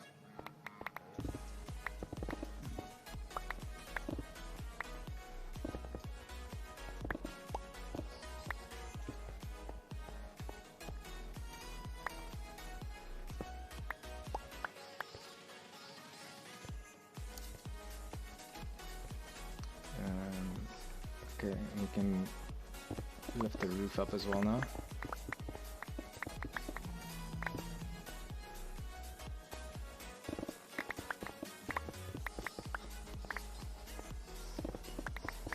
Just so you can see a little bit better.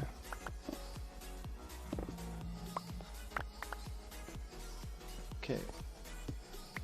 Pigment, don't get in the way.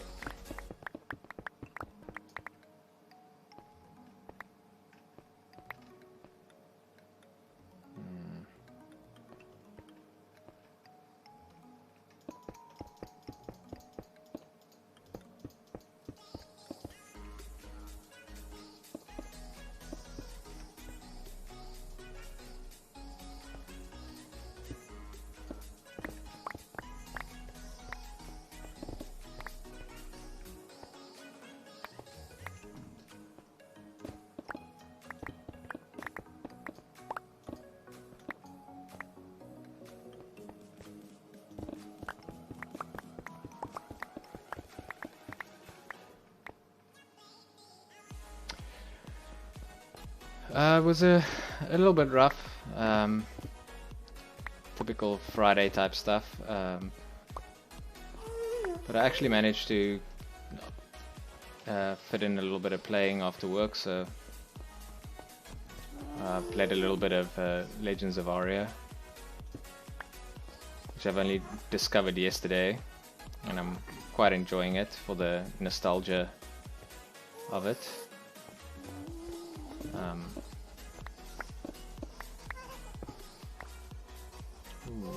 Let's avoid doing anything too hectic here.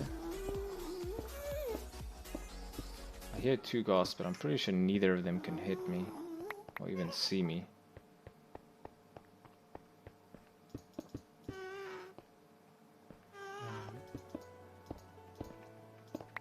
Let's put it there to get that back.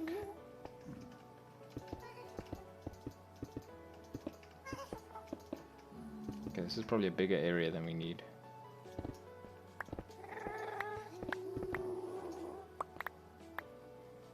Okay, so, oh, I didn't even bring any obsidian with me, so I can't even make a...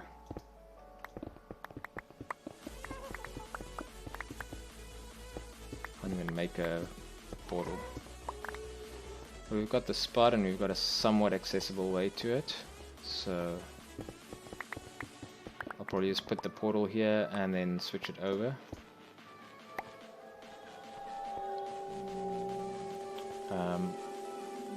I might want to just figure out the dimensions. So yeah, after work I got a chance to relax a little bit. Are you feeling better at least? It always sucks to have to like take time off and not get stuff done when you're sick. Oh, that's good to hear. But yeah, at least if it helps, then it seems worth it. Okay, I'm gonna go get obsidian and stuff so I can make a portal, because I want to try and replace the portal that my base goes to with one up here. I also need this to be high because I'm going to hit my head on this every time. I might not even have enough obsidian. I might have to go mine some.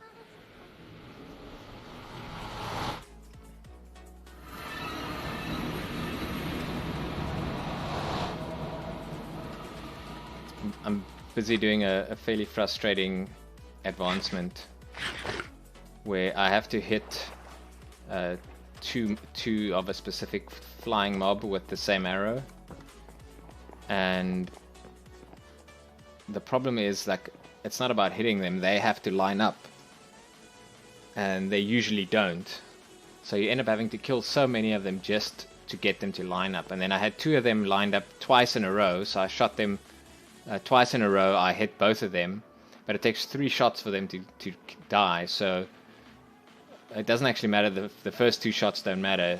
It's just the third shot that matters. So you should actually hit each of them twice and then line them up. But I had them lined up from the beginning, and then after the second shot, they came from either side and they weren't crossing. They were only crossing after they hit me. So you have to, like, kind of stand there and let them hit you, just so that you don't kill them. It's really frustrating. So I've got some obsidian, but I don't know if I have enough. I need at least 10. But I probably want to do the corners, which will need another 4. And I actually want to make it a little wider too. So I'm going to need more than that. So let's just go get more obsidian, because I'd rather have extra that I don't use than run short and have to go twice.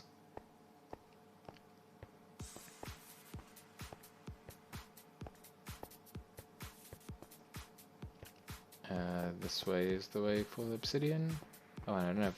I only have 2 torches. That should be fine. I should be able to just place 1 or 2 where I'm missing them.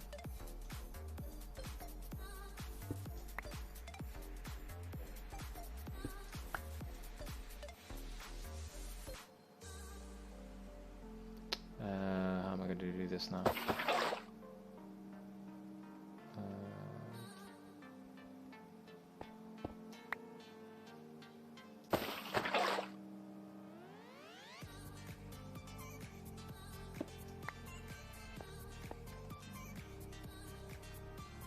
Shouldn't be anything underneath that one.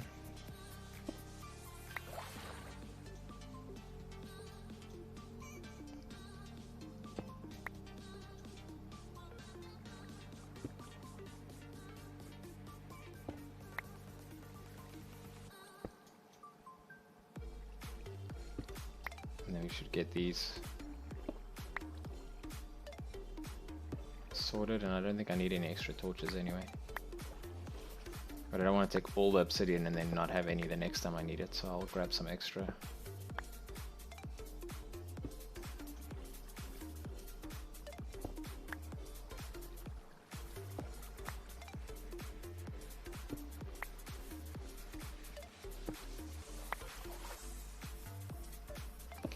Did you have time off work as well, or did you do stream full time?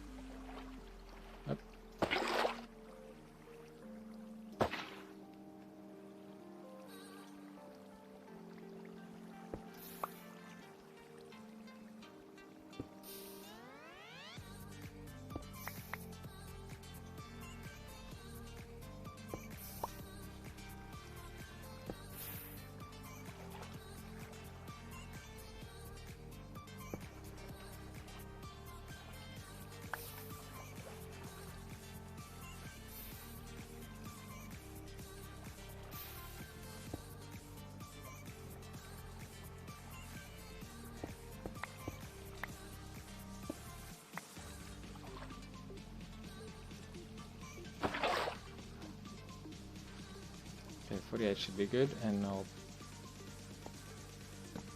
put that torch down just in case.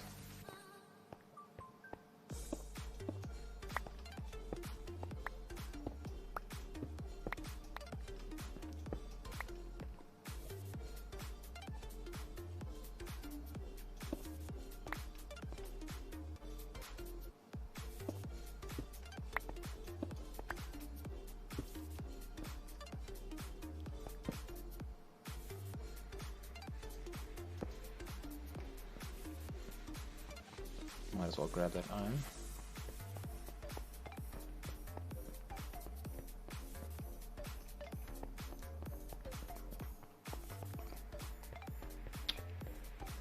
Oh, welcome back. So you're at least able to stay at home, order takeout, sit on the couch or something.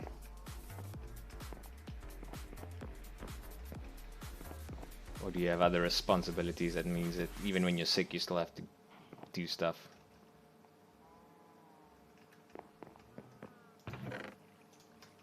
Get rid of that. I don't think we need this many of them, so I'm going to use some of them.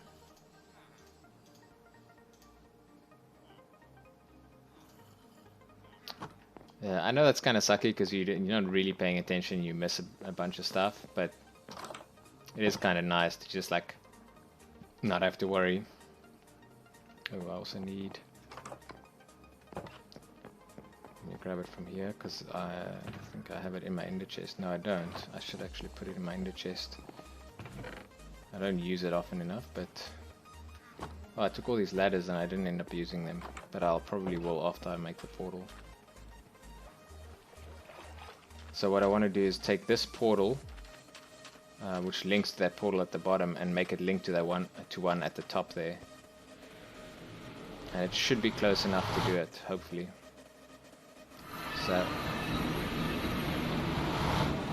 when I go through that portal, I want to not come out down here. I want to come out up there.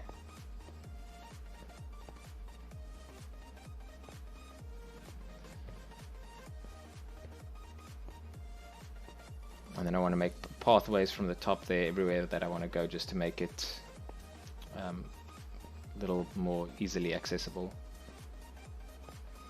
Mostly what I come to the nether for is the nether fortress, which is close by anyway. I mean, the bottom portal is probably closer, but I'll have some other destinations to go to, and then it'll make more sense to have something that's more accessible. So we want roughly 0, 0, which is here. This block.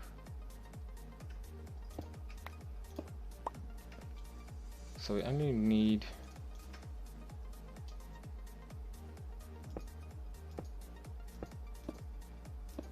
it to be this big. So let's actually let's just make it that size. Luckily there's no bedrock here, so we can put the portal in here. That just means when we make a portal somewhere, we'll have to find a spot where there's not bedrock in the way. But at this level it seems like there's plenty of spots, so it shouldn't be an issue. So now this portal should take me to the one near my base. But before I go through it, I want to turn the other portal off to make sure that it actually takes me to this one up here.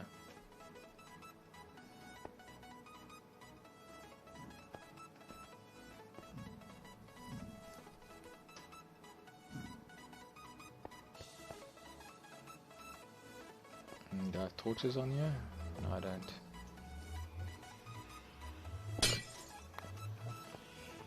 So this portal is broken. I'll just leave it there in case I have to recreate it.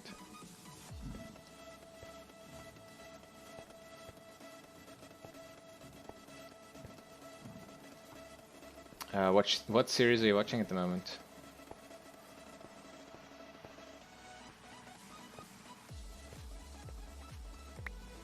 I'm always watching a couple at a time. But But what I find is when I'm playing games, I'm not watching much series, and when I'm watching series, I don't get time to play games. 13 Reasons Why? Yeah, that's been out for a while. Actually, I haven't watched that yet. There's actually quite a few series that I have like on a list of like.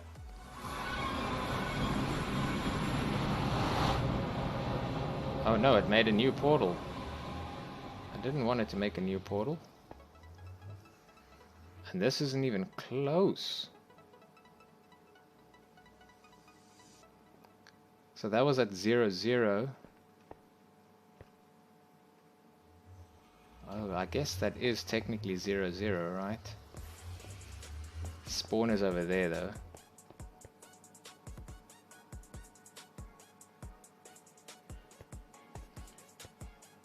So this isn't really safe. Is this Silk Touch? Let's see if we can get.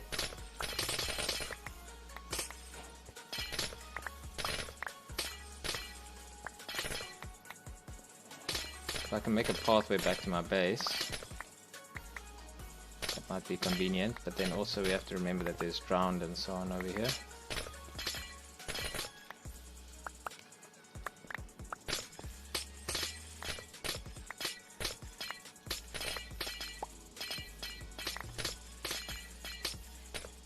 I can't place torches here because it's going to melt the ice.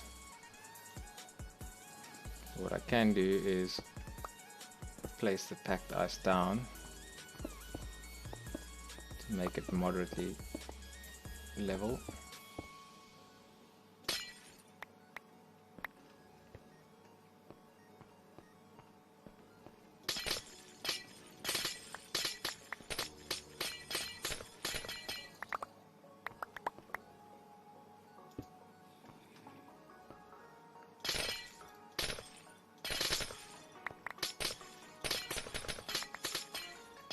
I think it's torches that melt the ice and not light, so we can put like a glowstone down or something and that should light it up without melting the ice. Oh, where did you come from?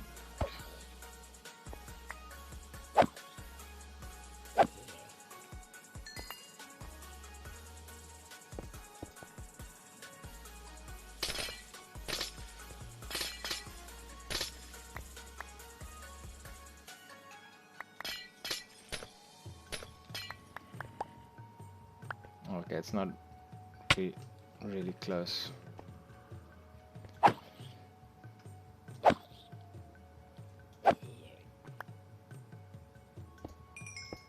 But it does have the advantage that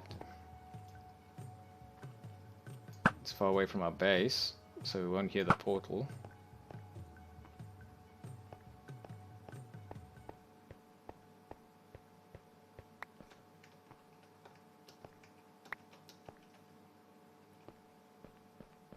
So let's see. It's actually right on the side, so if we make a straight path here.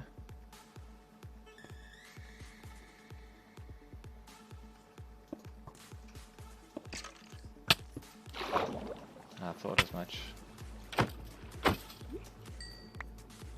Always going to be skeletons. Actually, I want to get this. Nope. Oh, hell no. Keep your distance. There we go.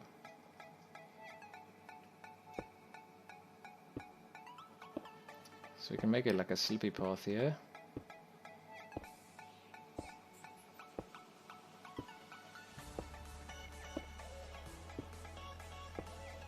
I should actually just get like Frostwalker 2 or something and then just turn this into ice, but I don't know if it's gonna melt. So if I place this here and this melts back to water, we're not gonna have a sustainable path, and then we'll have to place an actual bridge with like planks or something in here. I can see the drown at the top of the screen. Oh, well, you can't see him because of the bar in the way, but there's some feet there. He's just trying to catch up to me. And he's not quite swimming fast enough.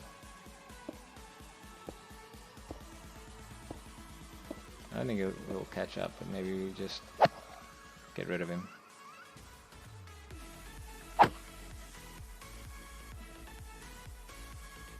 I need a drowned with a trident, but they have a pretty low spawn rate.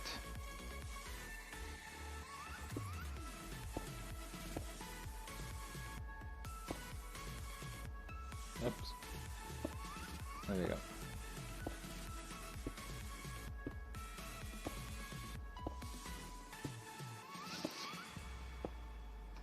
Yeah, see, that's the other thing that happens when you mean to watch a series and you don't get to it soon enough.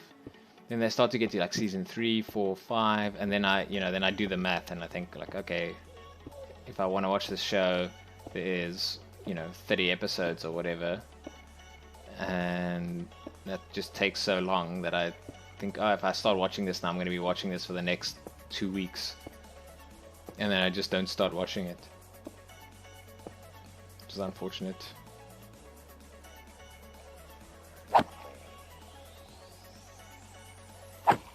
Okay. I don't know what you think you're gonna do. Ooh, trident. These guys drop a thing that I need. But they also hurt a lot.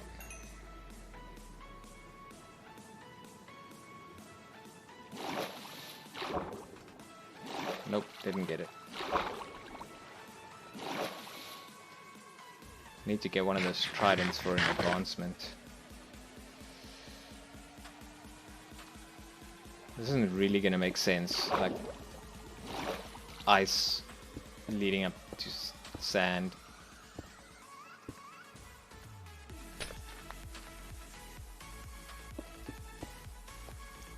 This is Minecraft. Don't need logic. Is that the phantom's coming now? No, take the bow. I need the bow. Okay, here we go. They're gonna burn up right away. You see, these are the guys I have to hit both of them at the same time.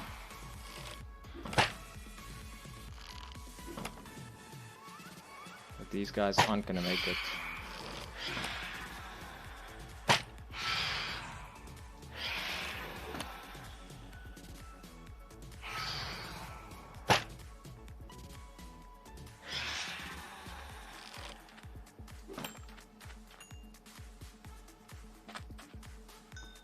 Because they're technically undead, so they burn in the sun.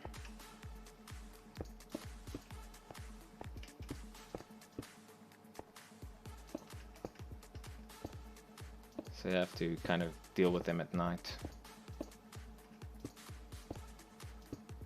Which is why we went to the Nether in the first place, because it was daytime and we didn't want to wait for them.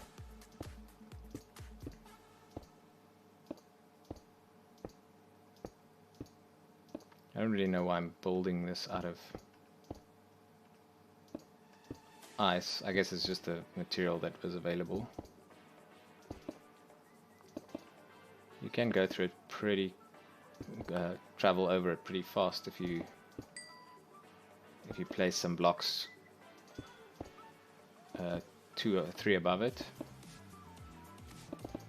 Oopsie.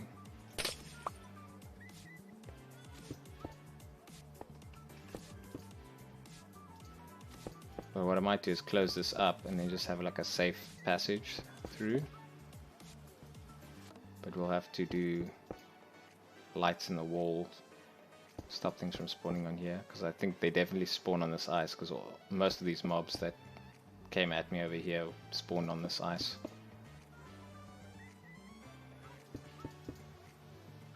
So I'd like to put some sea lanterns or something in there, but I don't think I have access to that yet, so I'll just use glowstone for now.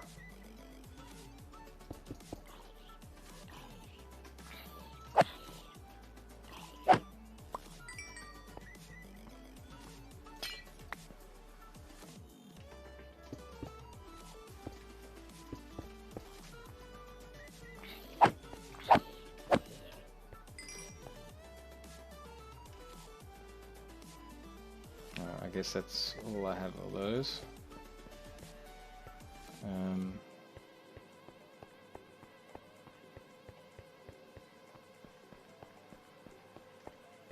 Is this blue ice? This is packed. Which one is the blue ice and which one is this? Is packed ice and this is ice. Oh, so this is the more slippery. Oh, I didn't even. The portal is here. I should make the passage just line up with the portal, right? That makes more sense. So let me grab some of the ice here from the far side that we don't need.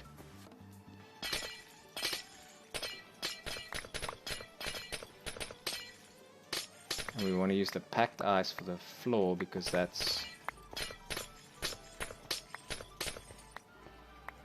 makes you move faster. Use the regular ice for the walls because you can kind of see through them. That's actually annoying. I put it in the wrong place now. So let's do.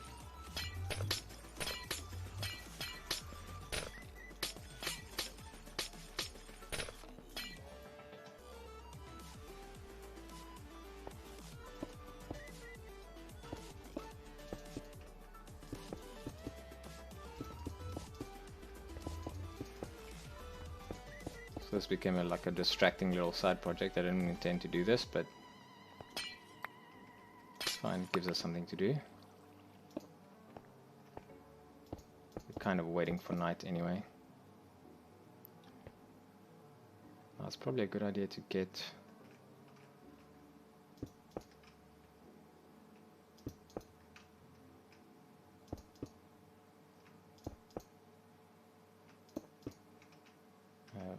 collect some of that other ones that we placed, because we're not going to need that. If we put this here, oops. I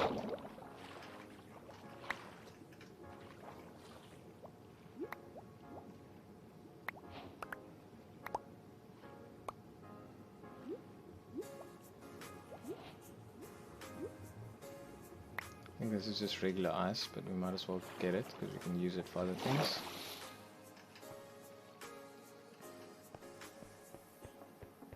I think what I'm going to do is harvest some more ice here.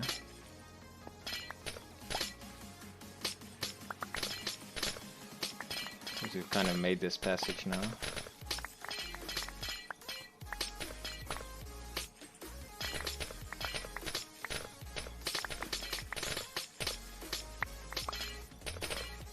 And this is all packed ice, so we can use this.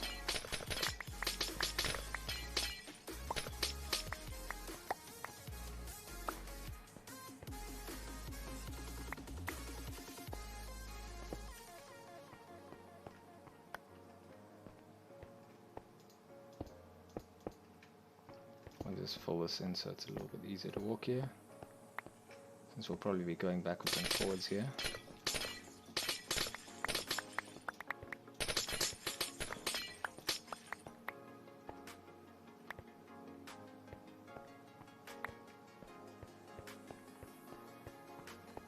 I think once we get to that side we won't need to place as much anyway.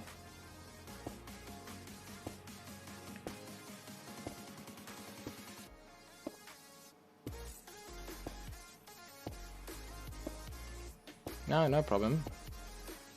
I'm happy for you to just chill and do something else at the same time. I literally do that almost all the time I'm watching streams.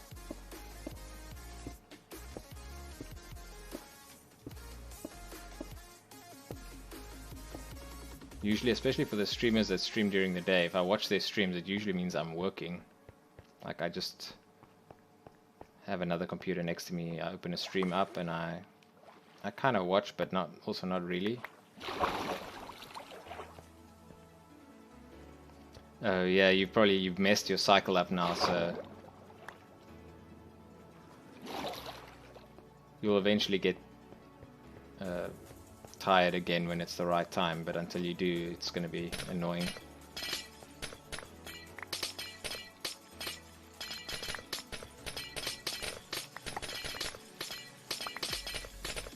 Might end up putting a packed ice roof or some kind of ice roof above here again, but for now I just want to clear it out so that the light shines on it.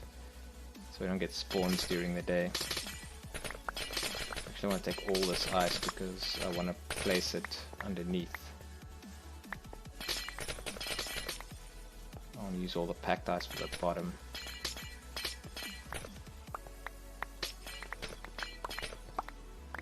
I'll use the regular ice for the sides and top so I can see through it.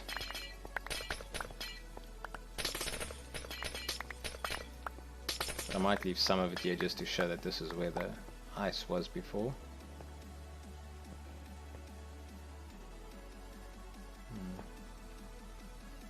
I can have a slight issue in that I can't make an entrance to my base at this spot because that's where my villagers are.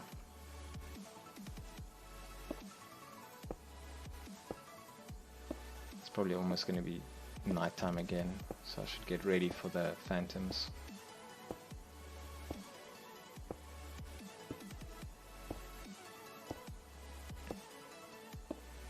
I just like having a portal at 0, because then I can always find it in the nether, because you can use a compass in the overworld to get you back to spawn, but in the nether you can't. So just using the coordinates is very useful.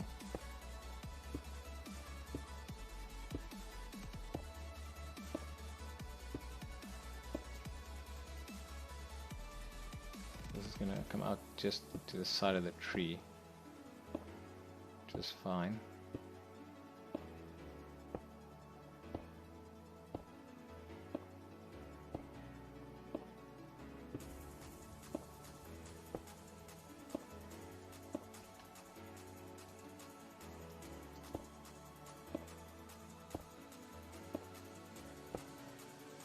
But this is going to be a shorter distance to get to the portal, so I'd rather put it here.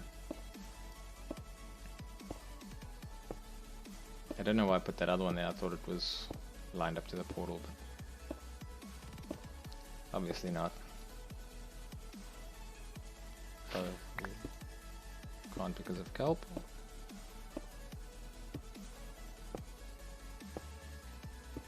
It's okay, we can just break it. More kelp.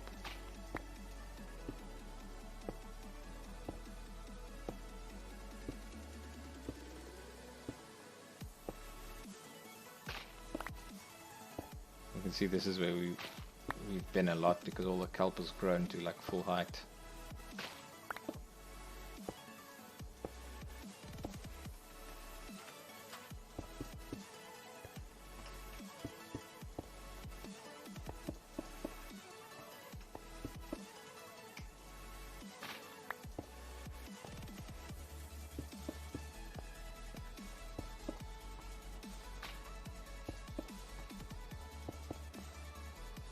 It's almost night time.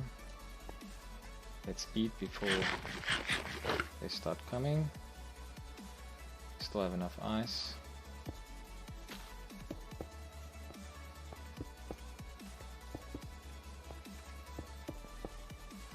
So I think mobs are going to start spawning on this, so that might be a problem.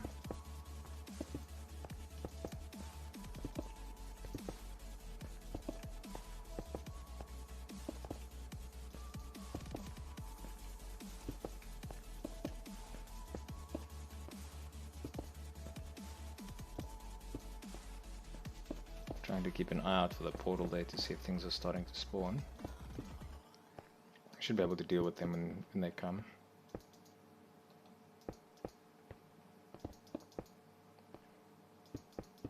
You just want to be aware of it because I don't want mobs and phantoms to come here at the same time. And then the phantoms knock me into the water and then the drowned start hitting me. That's the kind of thing that can end a hardcore run, so we don't want that.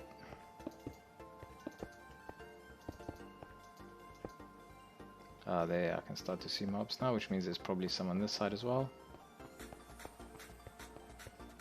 Now, don't want the creeper there, so... Oh no, it's a babby! Stop it, babby! Stop.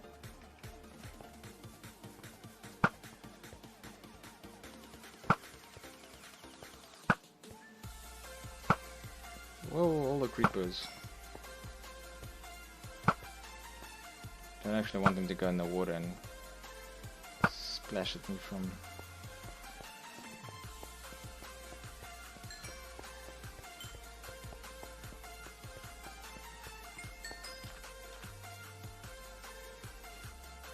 Okay, let's see if we've got... Things shouldn't be spawning here because we've torched it all up. Oh. Got one of these little bugs that keeps flying around in front of my screen.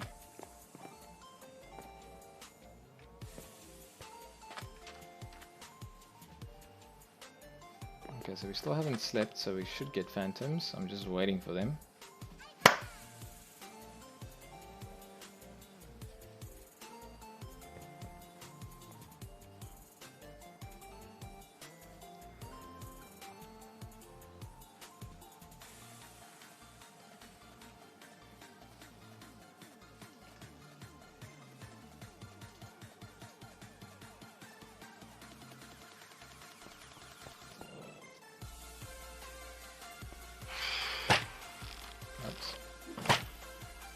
Do I have enough arrows? Maybe. Is that just one?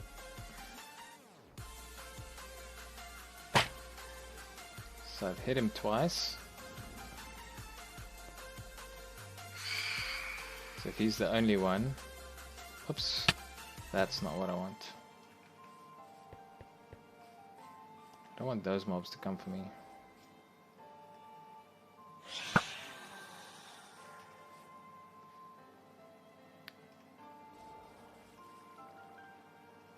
So, looks like there's only this one, so...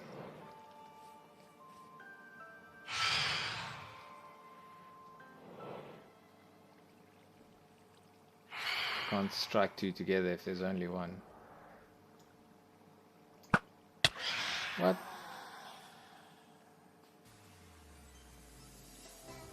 You'll have to explain to me how that didn't hit him.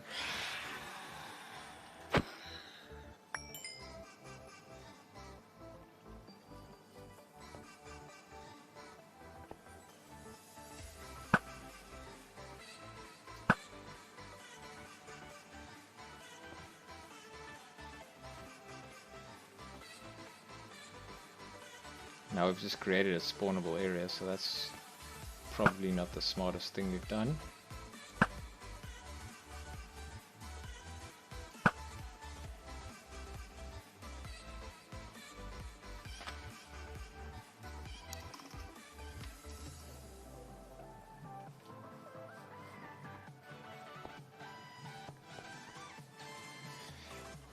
Hopefully you don't have work tomorrow, Sly Mobber.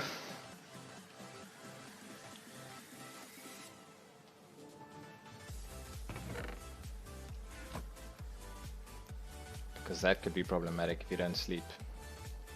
But if you don't have anything hectic to do tomorrow, then I guess you could stay up late and just sleep in tomorrow morning. At least a little bit.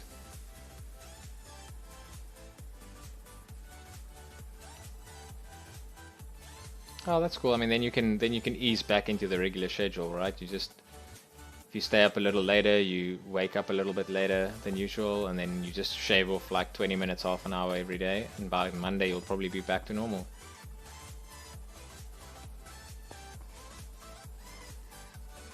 And I remember during the varsity holidays, I used to switch my sleep schedule entirely. I used to be up from 7 and then go to bed at 7 in the morning. And then when, I mean, varsity holidays are only like a week and a half, 2 weeks. So about 2 or 3 days from the end of the holidays, I would start switching it back, and within like 3 days you can move your whole sleep cycle by like 12 hours. Wow. In 1 year. That's either exceptionally bad luck or a sign of a weakening economy.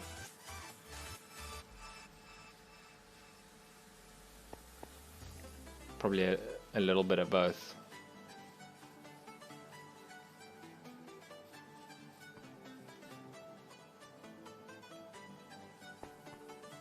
South African labor market is kind of wonky though. It doesn't make sense half the time.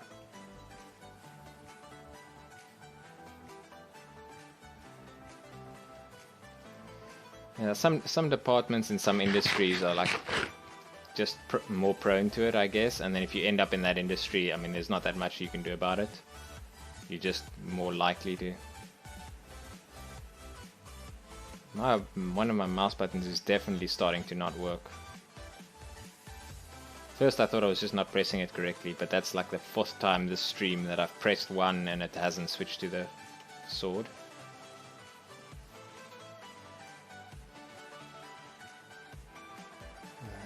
How many arrows do I have? 18. Oh, there we got some.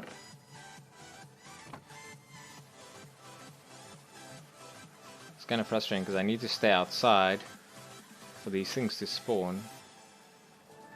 Now I can't do anything while I'm standing here waiting for them.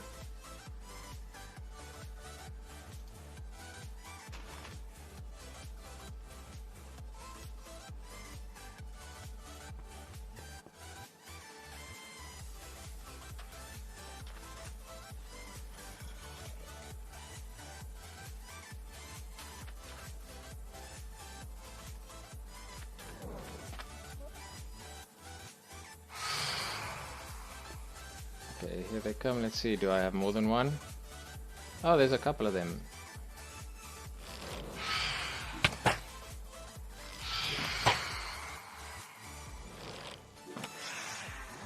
Now the problem is you never know which one you hit and which one you haven't hit. Kind of just want as many of them to line up as possible, and then I just shoot all of them.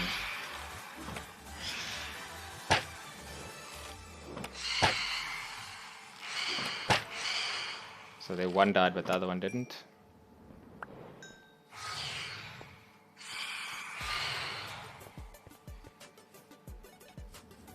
Trying to kind of cheese it a little bit by using the tree to stop them from coming.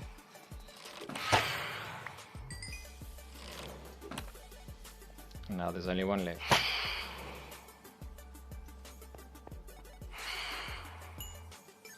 Wait. There was only one left. Where's the sound coming from? I think they continue to make sounds after they die.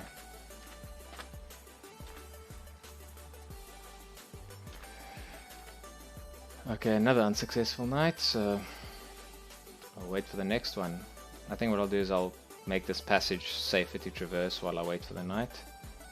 There we go, pressed 1 twice and it only went the second time. You're overqualified to study there.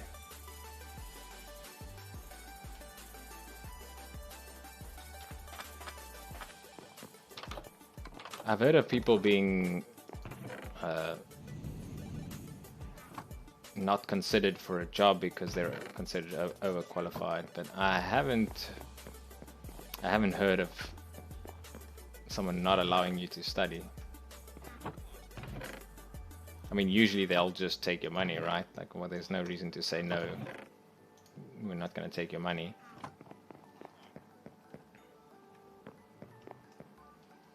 I think the only case where I could imagine that happening is if you already have a qualification that supersedes the one that you're trying to get.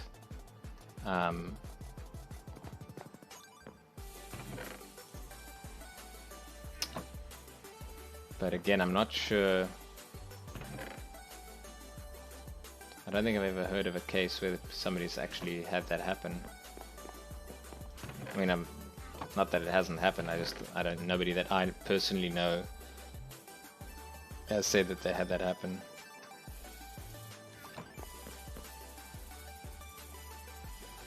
I'm gonna put a chest here for ice. But what I want to do first is grab some glowstone, because this is gonna have to be what I use for now. What did you want to go study? Or what do you want to go study?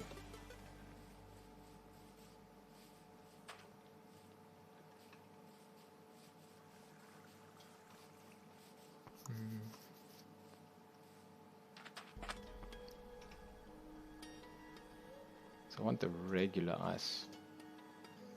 But now the question is, will it last?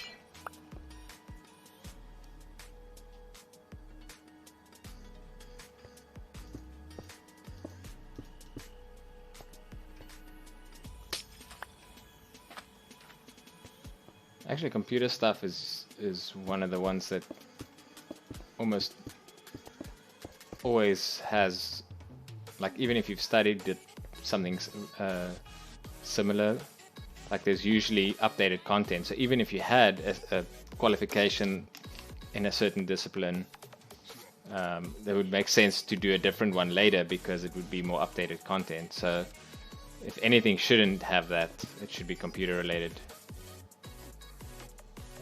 qualifications. So this is all this above is packed ice. So now the question is, how do we get the regular ice?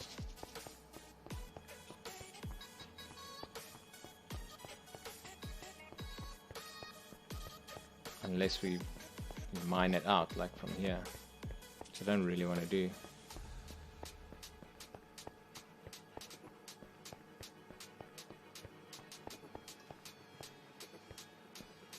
I want to leave.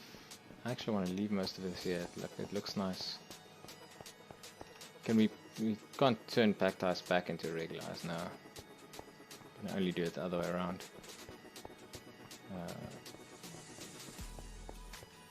Is this? No, this is packed ice too. Oh no, this is regular ice. So maybe I can take some from here.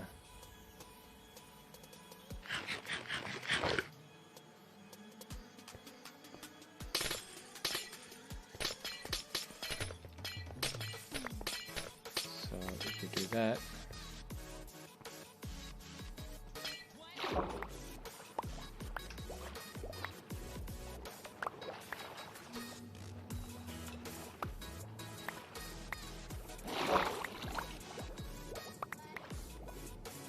it takes so long to float.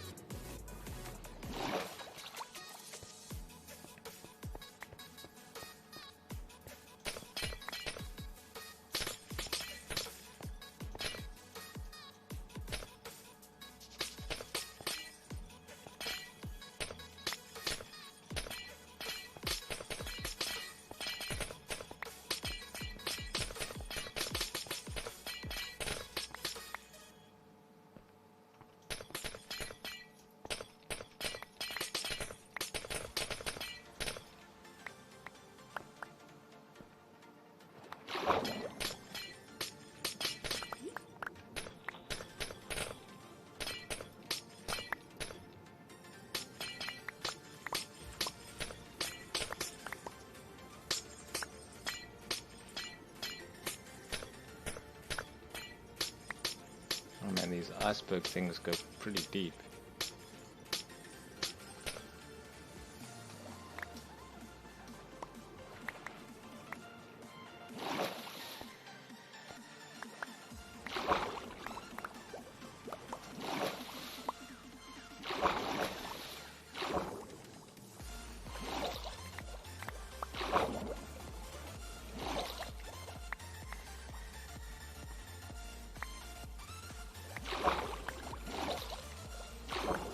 Sometimes Minecraft's generation doesn't make a lot of sense. Like there's all this ice with icebergs and there's like lava right next to it.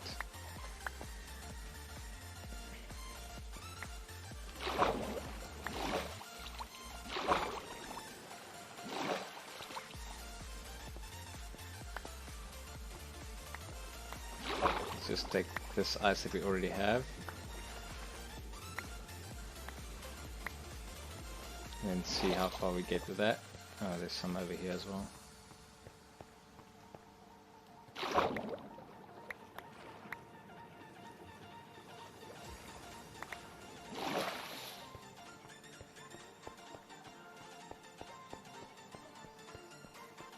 So this is regular ice, so let's do...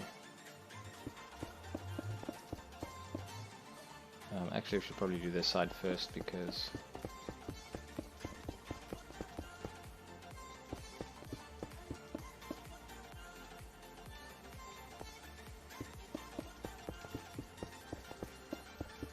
because we might want to walk across that to clear some of that out.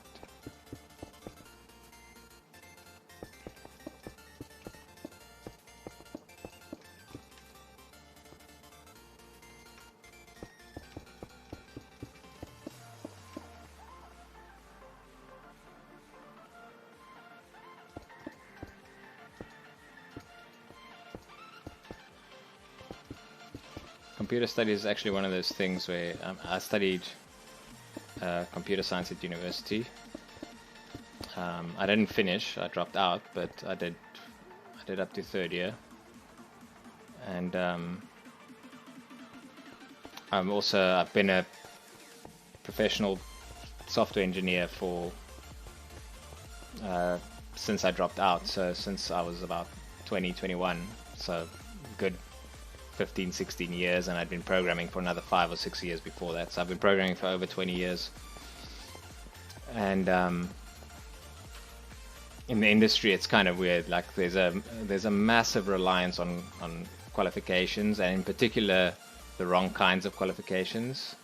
So people tend to want bachelor's degrees when the actual work that the people end up doing doesn't really need it. In fact, in a lot of cases, having a bachelor degree in computer science can make you a worse programmer in some ways. And so I often see recruiters, because I work in the recruiting space. So I often see people with job specs saying, "Oh, we're looking for bachelor degree, and 1 or 2 years experience, or sometimes 3 years experience, or whatever." And I'm like, you're going to pay a lot more and probably get a worse employee for it than if you just took somebody with like a BTech or maybe not even a BTech. You can take somebody who went to college and just got something less than a bachelor's degree, but they never want to hear it. They just know that there's so many people with bachelor's degrees that they don't need to take somebody with a different qualification. And they don't actually think it through, because somebody with a bachelor's degree in computer science has been taught a whole bunch of theoretical stuff. And yes, there's some practical aspect to it. You have to do some programming and stuff to get your degree. But for the most part, much more of the content that they do is theoretical, whereas, colleges and technicons and, universities of technology or whatever focus a lot more on the practical aspect of it, and that's actually what you want, when you need a programmer to do programming.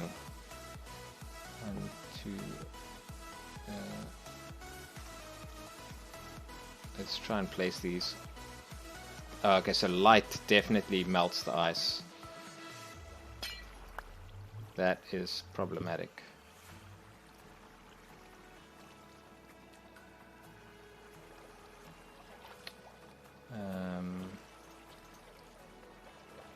I was hoping it wouldn't.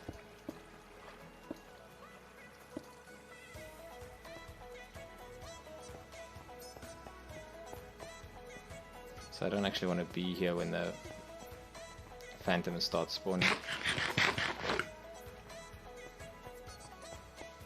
So I might have to build with packed ice then, because I think packed ice won't melt with torches, if I have that right.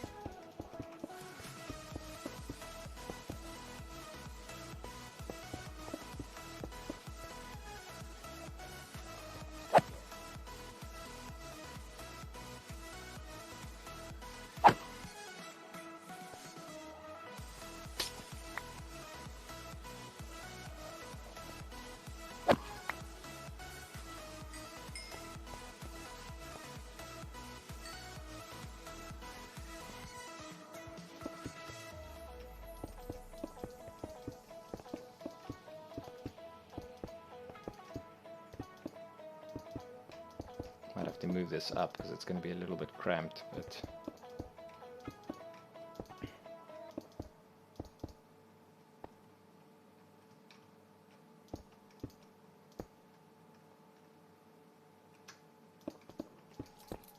I want to move away from that side because I don't want to move into the mobs.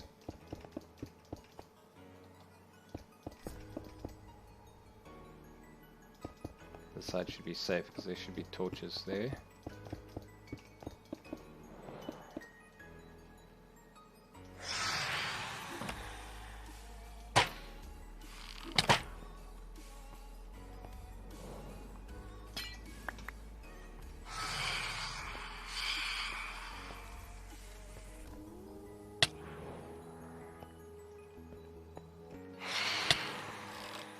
Oh, I hadn't put the bolt in yet.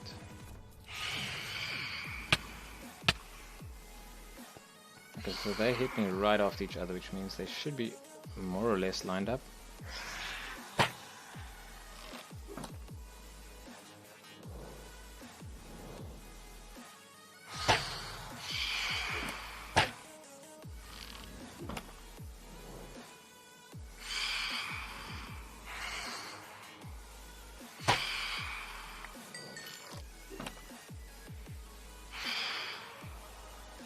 Now the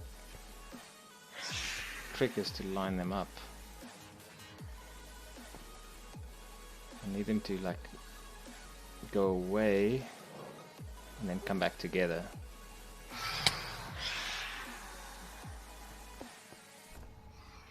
What? If I can get the other one to also do that, that'll help. I don't know.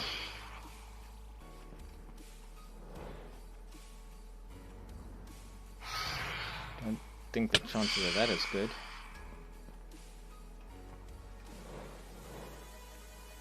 Maybe now. Let's go.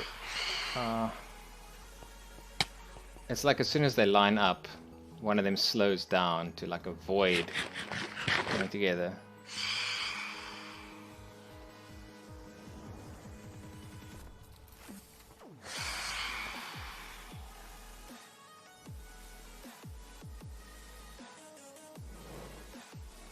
Okay, maybe here. Oh no, see the other one at the back is not. Ah, I missed him. And I'm out of arrows. Okay, now we can't do it anymore. Oh, I don't even have the one arrow to use the infinity bow. And actually they don't really like do much damage or anything, they're just annoying, they just scream and... Like if they were just better at getting to you, like look at how terrible he is at hitting me. I have to go and stand out in the open here so that he can see me.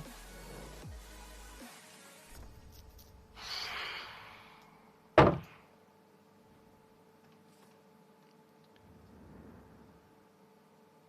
now he can come straight for me and then I can hit him. Oh, see, even if I hit him, he wouldn't have died anyway, so... Because I hit him with the sword there and they didn't kill him, so...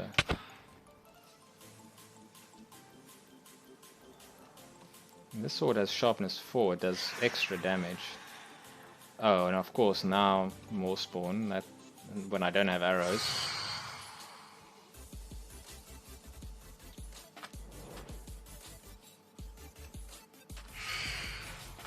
Okay, then I'm glad you guys are there, I can't do anything about that. Let's see what else we can...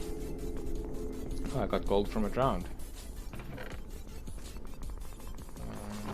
I killed some zombies as well, looks like. I'm trying to make some space so I don't have...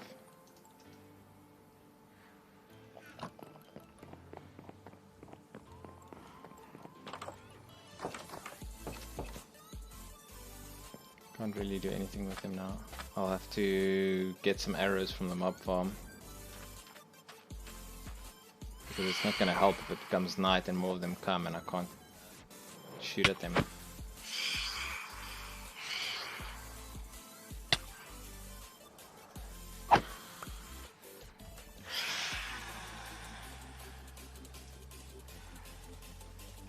Where did you come from?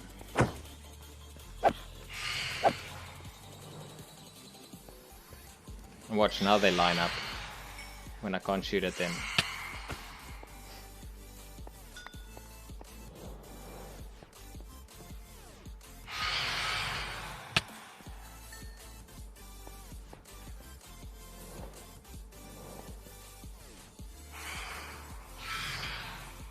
I wouldn't mind this advancement so much if they weren't so glitchy, like they really can't fly through anything.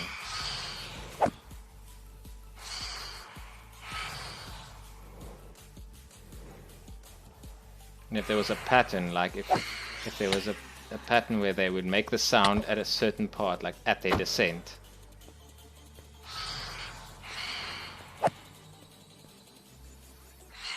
But they seem to make the sound when they fly away, when they come towards you, when they turn around, sometimes when they're not even close to you.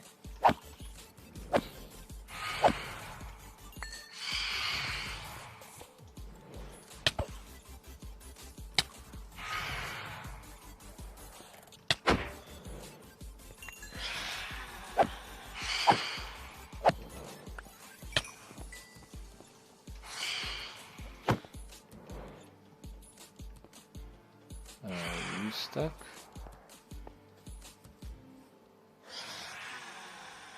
I'm giving you space so you can...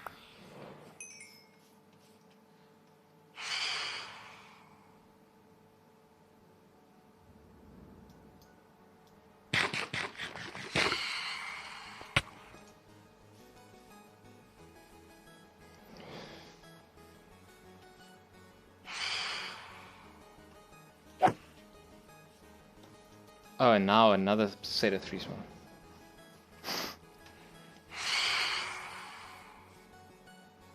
They seem to always do that. They spawn a bunch right at the end of the night. I mean, you can't kill them because they burn up.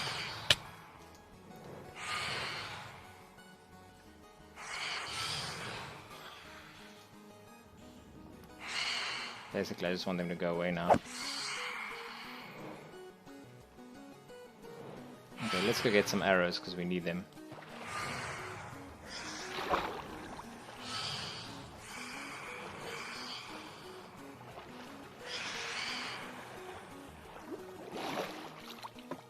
This is such a frustrating advancement, I just want to get it done with. I don't want to have to build, you can build like walls and make like a chute for them to go down, and then you just obviously shoot in the same direction. But I don't want to go to that much effort, but at this point it's seeming like that'll be less effort than just trying to do it this way. I didn't actually have an issue with it last time. I just had an open plateau, so something like my roof, like if I was on my roof, that would be big enough. And then they just need to spawn 3 or 4 at a time, and then you just shoot at them until you hit 2. It looks like it's not happening. They either spawn 1 at a time, or they spawn at the end of the night, and then...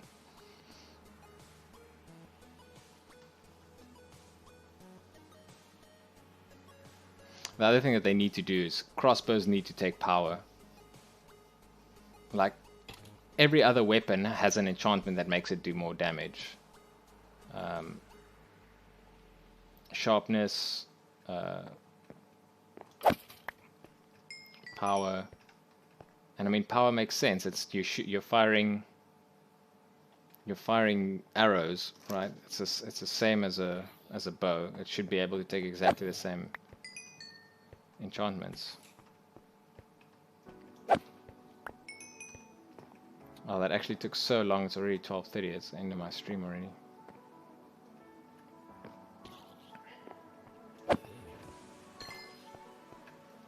It's so unsatisfying when you have like, you know, oh, this streamer, I want to get this one advancement. It's just a small one, should be able to do it easily, and then you spend most of the stream doing that and you still don't get it. Okay, we have 2 arrows again, so at least we can shoot.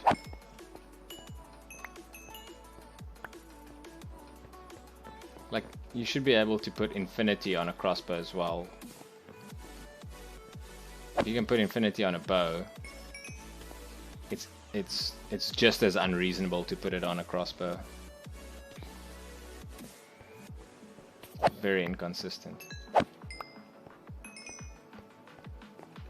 That's the main problem with this. It's not lining the two up to hit both of them. I've done that probably 10, 15 times already. The problem is it needs to be the shot that kills them. And it takes 3 shots to kill them. If it took 2 shots to kill them, I would have already had it.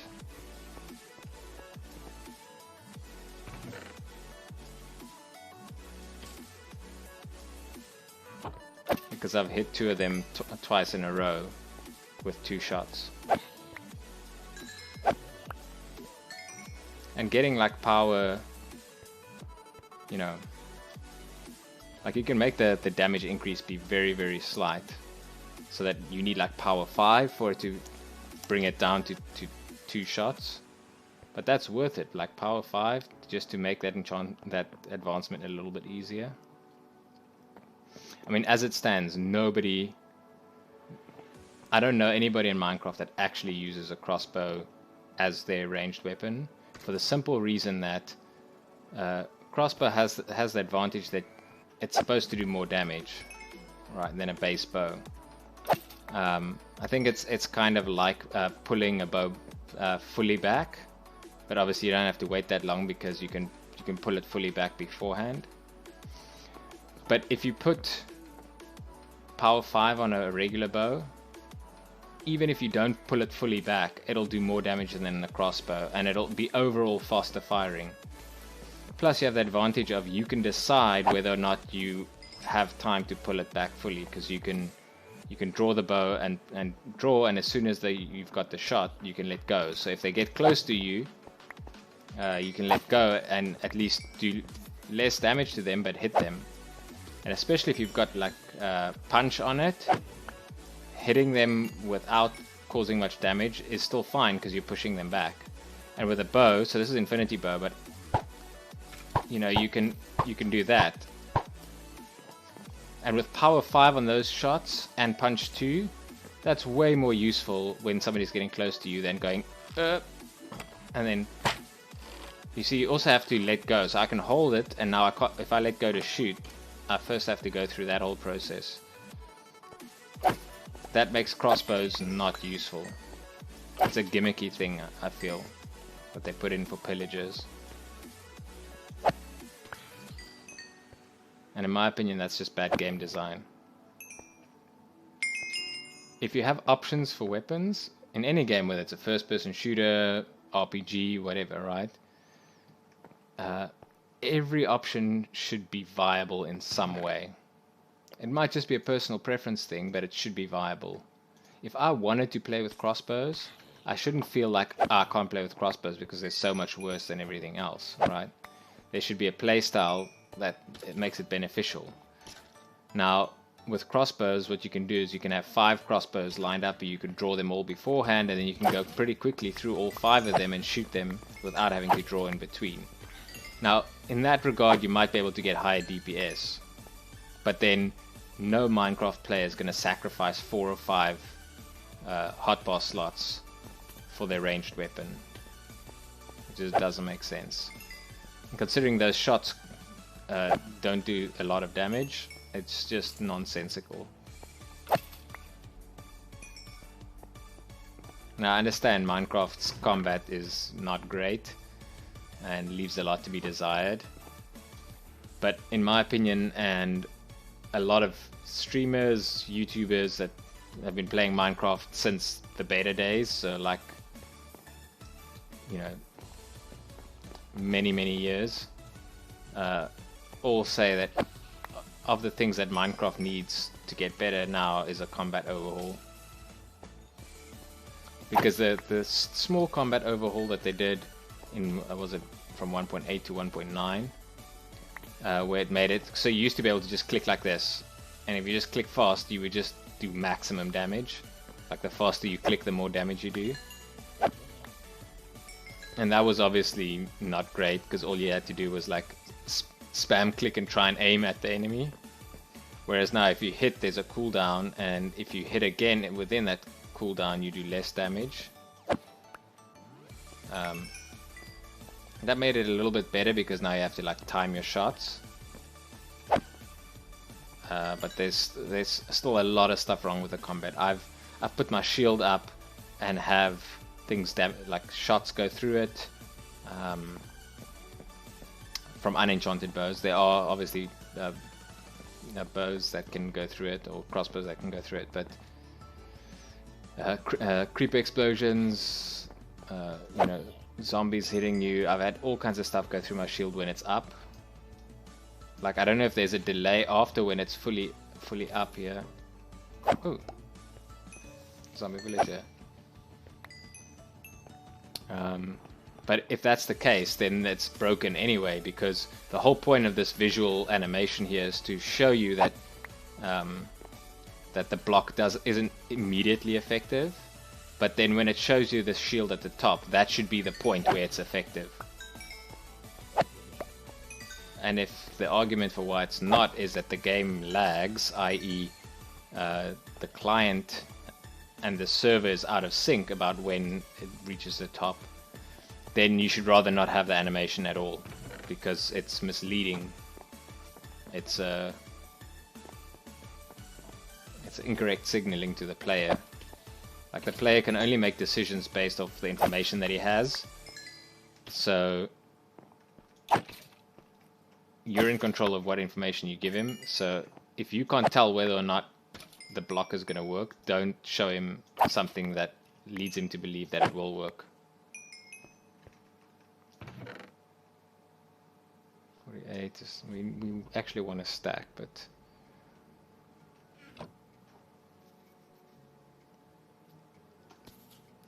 I don't know if I want to carry on working on this advancement. I think I might leave this one for later, but I want to at least get a stack of arrows now, so that I don't have to worry about it again next time.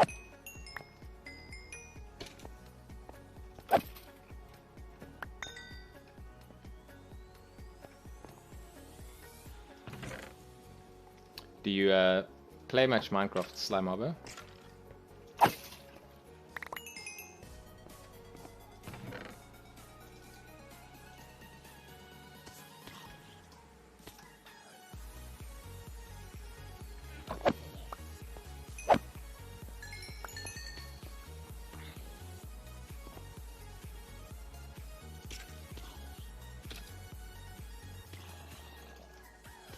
Let me get the chat back.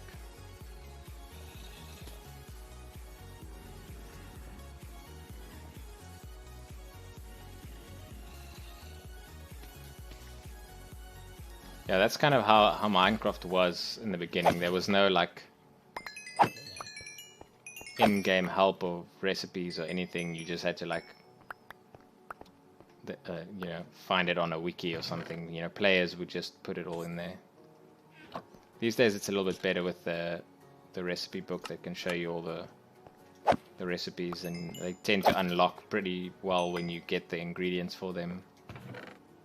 Even the advancements kind of make it a little bit easier to find all the things to do and so on.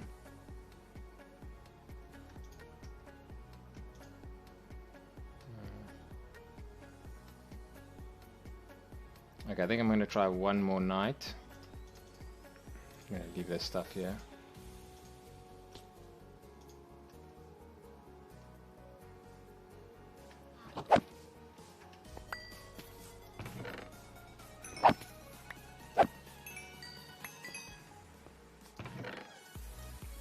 Use the gunpowder, so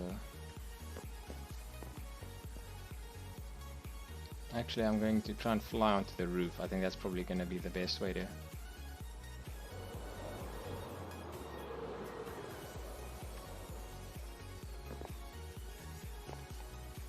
we'll put this back.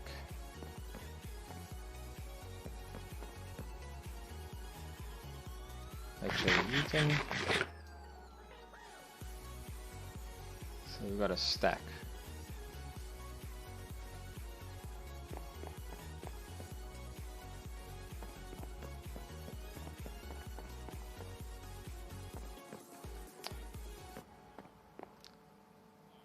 I have to admit, on normal mode Minecraft, even vanilla Minecraft, is pretty fun because you can lose a little bit of progress if you die and you have like your, you know, your diamond pickaxe and stuff with you, and you die in lava or something where it gets destroyed.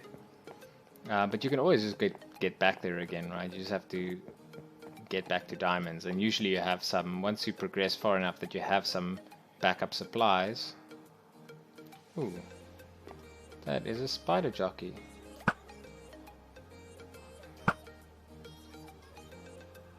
I don't know if they count as one of the mobs that you have to kill.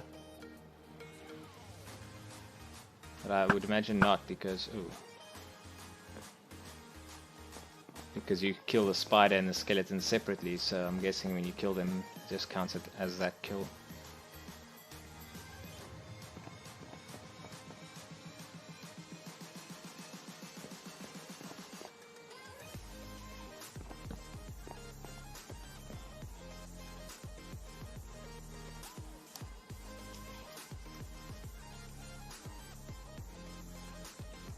I'm running a little bit over, but I want to at least give it one more shot. Try and get these. I want to not get distracted with anything else and just wait for them to come. I'm not worried about them killing me. They won't be able to do that much damage to me. But I've got full armor on. It should all be fine. I just need them to line up.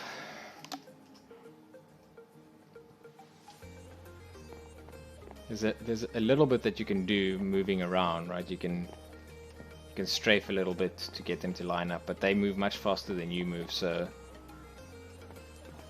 ultimately they kind of have to come just from the same direction.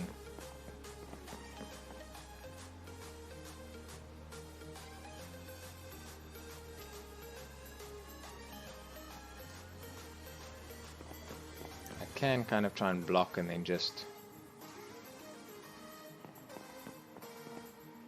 Once they hit you, they tend to go straight up. So if they're coming from slightly different directions, what I can do is block the one and then the other one, and then hopefully they'll go straight up closer together, and then they're more likely to come at you at the same time. So that's what I've done in the past, but I don't know if they obviously come at you at the same time and you block them. Where are they? So like I hit both of those, but they don't die on the first shot, so it doesn't matter. No. But apparently they die on the second shot, so... Except that one.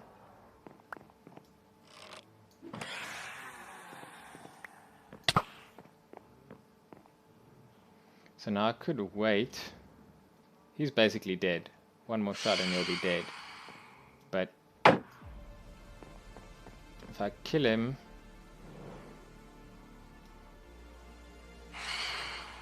that doesn't help me. So what I can try and do is just keep him around.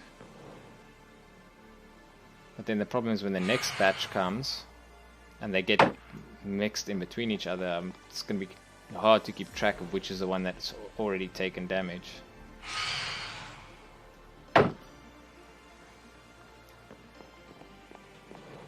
And if he's going to do this all night, I'm probably going to end up losing my shield.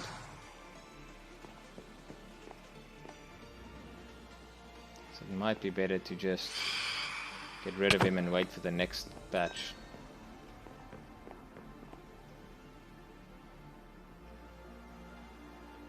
Because my shield's durability isn't great, I can't really just keep blocking.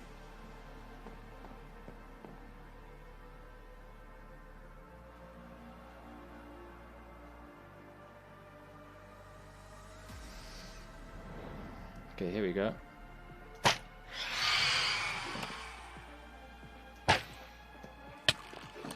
So there's a set of 2 and there's a set of 2. So I hit both.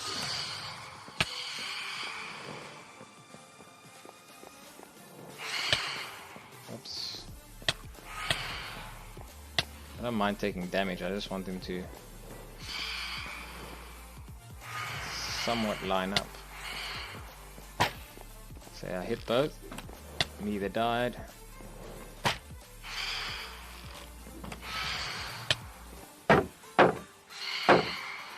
So I'm trying to get them to clump together. But they don't, they change directions.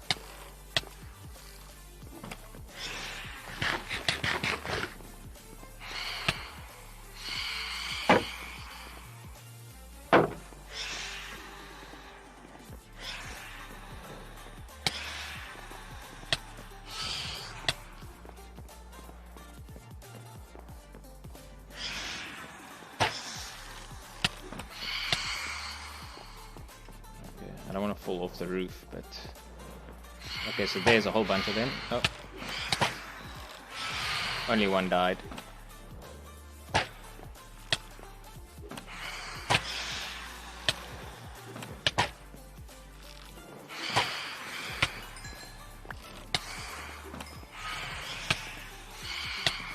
Can't block with this thing up.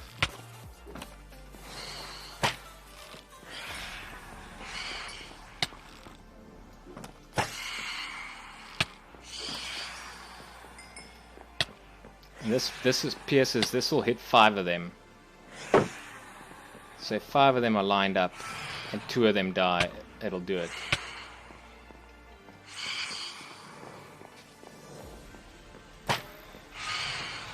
Hit both, 1 died.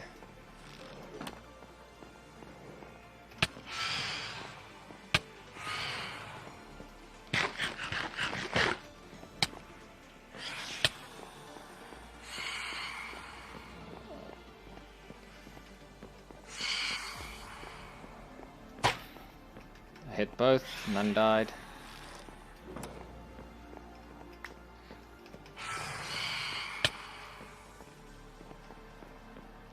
Should really make the advancement to just be hit 2 of them, because I mean, what more can you do?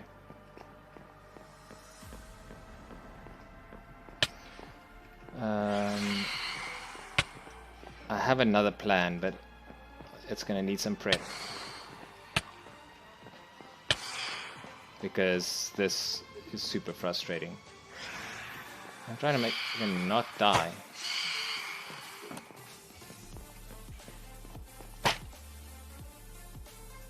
Yeah, I don't know how many times I hit 2 of them, but they never die at the same time. So what I'll have to do is get some cobwebs and put them over here, and then have them fly into it. And then if there's more than 2 of them, I'll just have to shoot them when they're in the cobwebs. Like this, there's no way I'm doing another night of just killing them over and over again. It doesn't achieve the results we want. Okay, I'm gonna have to call it there. Let me just check. I keep getting these errors saying Twitch unreachable, even though I'm streaming to Twitch and the app is responding. They're not so good with figuring that out. Okay, great. Thanks for tuning in, guys. Appreciate it, especially this late at night if you're around my time zone. I don't have anybody that I can host online at the moment, so I'm probably not going to do a host. I should stream again tomorrow, so if you guys are around this time tomorrow or about 3 hours earlier, that's usually when I start streaming. It should still be Minecraft. I'm planning on pretty much streaming Minecraft until I come up with something else. I've got a couple of things that I'm planning on doing, but it's not ready to do yet, so I'll stick with this hardcore run in the meantime. Let me just check. I want to see if did we get any advancements. No, it doesn't look like it, so we should still be on the same. What level is this? MCHC100. Let's see where we are. So we're still on 45 out of 66, which is 68%. So there's a couple of relatively easy ones that we can still do, but I think the rest of the ones we're going to have to start prepping for. So we need to, I need to get those cobwebs up for those phantoms, because I'm not going through that again. I need to either set up a drowned farm or go exploring to try and get a trident, so that I have the trident ready to be enchanted when a storm comes. Then we need to probably set up either an iron farm or a gold farm, because we're going to need the blocks for the beacons. We'll probably also need a decent source of experience for repairing stuff in the future. because this overworld mob farm that I've been using isn't that great. It works in a pinch, and we can trade as well. Trading also gives you a fair amount of XP, but we need to grow the materials for that, so we tend to run out when we do that. And then we have to do a whole bunch of exploring stuff, for which we just need, again, just a source of XP so that we can repair our elytra frequently, and the gunpowder to make a bunch of rockets. And what we can do is, once we have if we make a gold farm in the nether where we get tons of XP, or we make an enderman farm, we can stop using the overworld mob farm for XP, which means we can convert it to an auto killing one, which is going to give us much more drops while we're there. And we can also put trapdoors in to make it spawn more creepers, so we get more gunpowder. So I might spend some time over the weekend just going through how to break through the bedrock and everything to do the zombie pigman farm in the nether. Most people don't do it in hardcore because there's quite a lot of stuff that can go wrong. But I figure rather do it sooner rather than later, because if I'm going to make a mistake and die from it, I'd rather do it now than do it when I'm at 99%. And if I struggle with the farm, if I die and I try it again and I die, I might just stop trying to make that and start making like an enderman farm or something instead. The problem with the enderman farm is we don't really have that much of a need for ender pearls anymore, and the gold is very useful. So if we had an enderman farm, we would also need an iron farm, and you know, then it's 2 farms. So I'd rather get the gold farm up and running if I need it. The iron farm we'll need eventually if we carry on playing on the world after 100%, because we'll need an iron farm to make all the hoppers and rail and everything that we need to make other farms and things. But I'd rather make the gold farm to try and push through to 100%, and then do all the other stuff. That way, if something goes wrong or we don't get it done, then at least we get the 100% done. So that's kind of the plan. So we'll see which of those things we end up doing in the next episode. I'm open to suggestions if there's one in particular that people want to see. But yeah, otherwise, tune in for the next stream. My Twitter should show up now on the exit screen, so you can follow me there. I tweet when I start streaming, so that's another way to know if I vary the time. Sometimes over the weekends I don't stream in my regular slot. That's why I don't actually have a scheduled spot for Saturdays and Sundays. I either stream in the afternoon sometime, which is like 6 hours earlier, or at the regular time slot. So that's why I don't put it in there, because it might vary depending on what my day is like. But the best thing to do on the weekends if you want to catch a stream is to follow me on Twitter, or turn notifications on in Twitch. That'll also work. You'll also get notified if you have push notifications on your Twitch. So again, thanks for watching this stream, and I'll hopefully catch you guys tomorrow. Thanks for hanging out, Slimobber, and I'll keep an eye out to see if you manage to get a stream in this weekend. I'll try and catch it just to see what you're doing. So see you guys around. Cheers.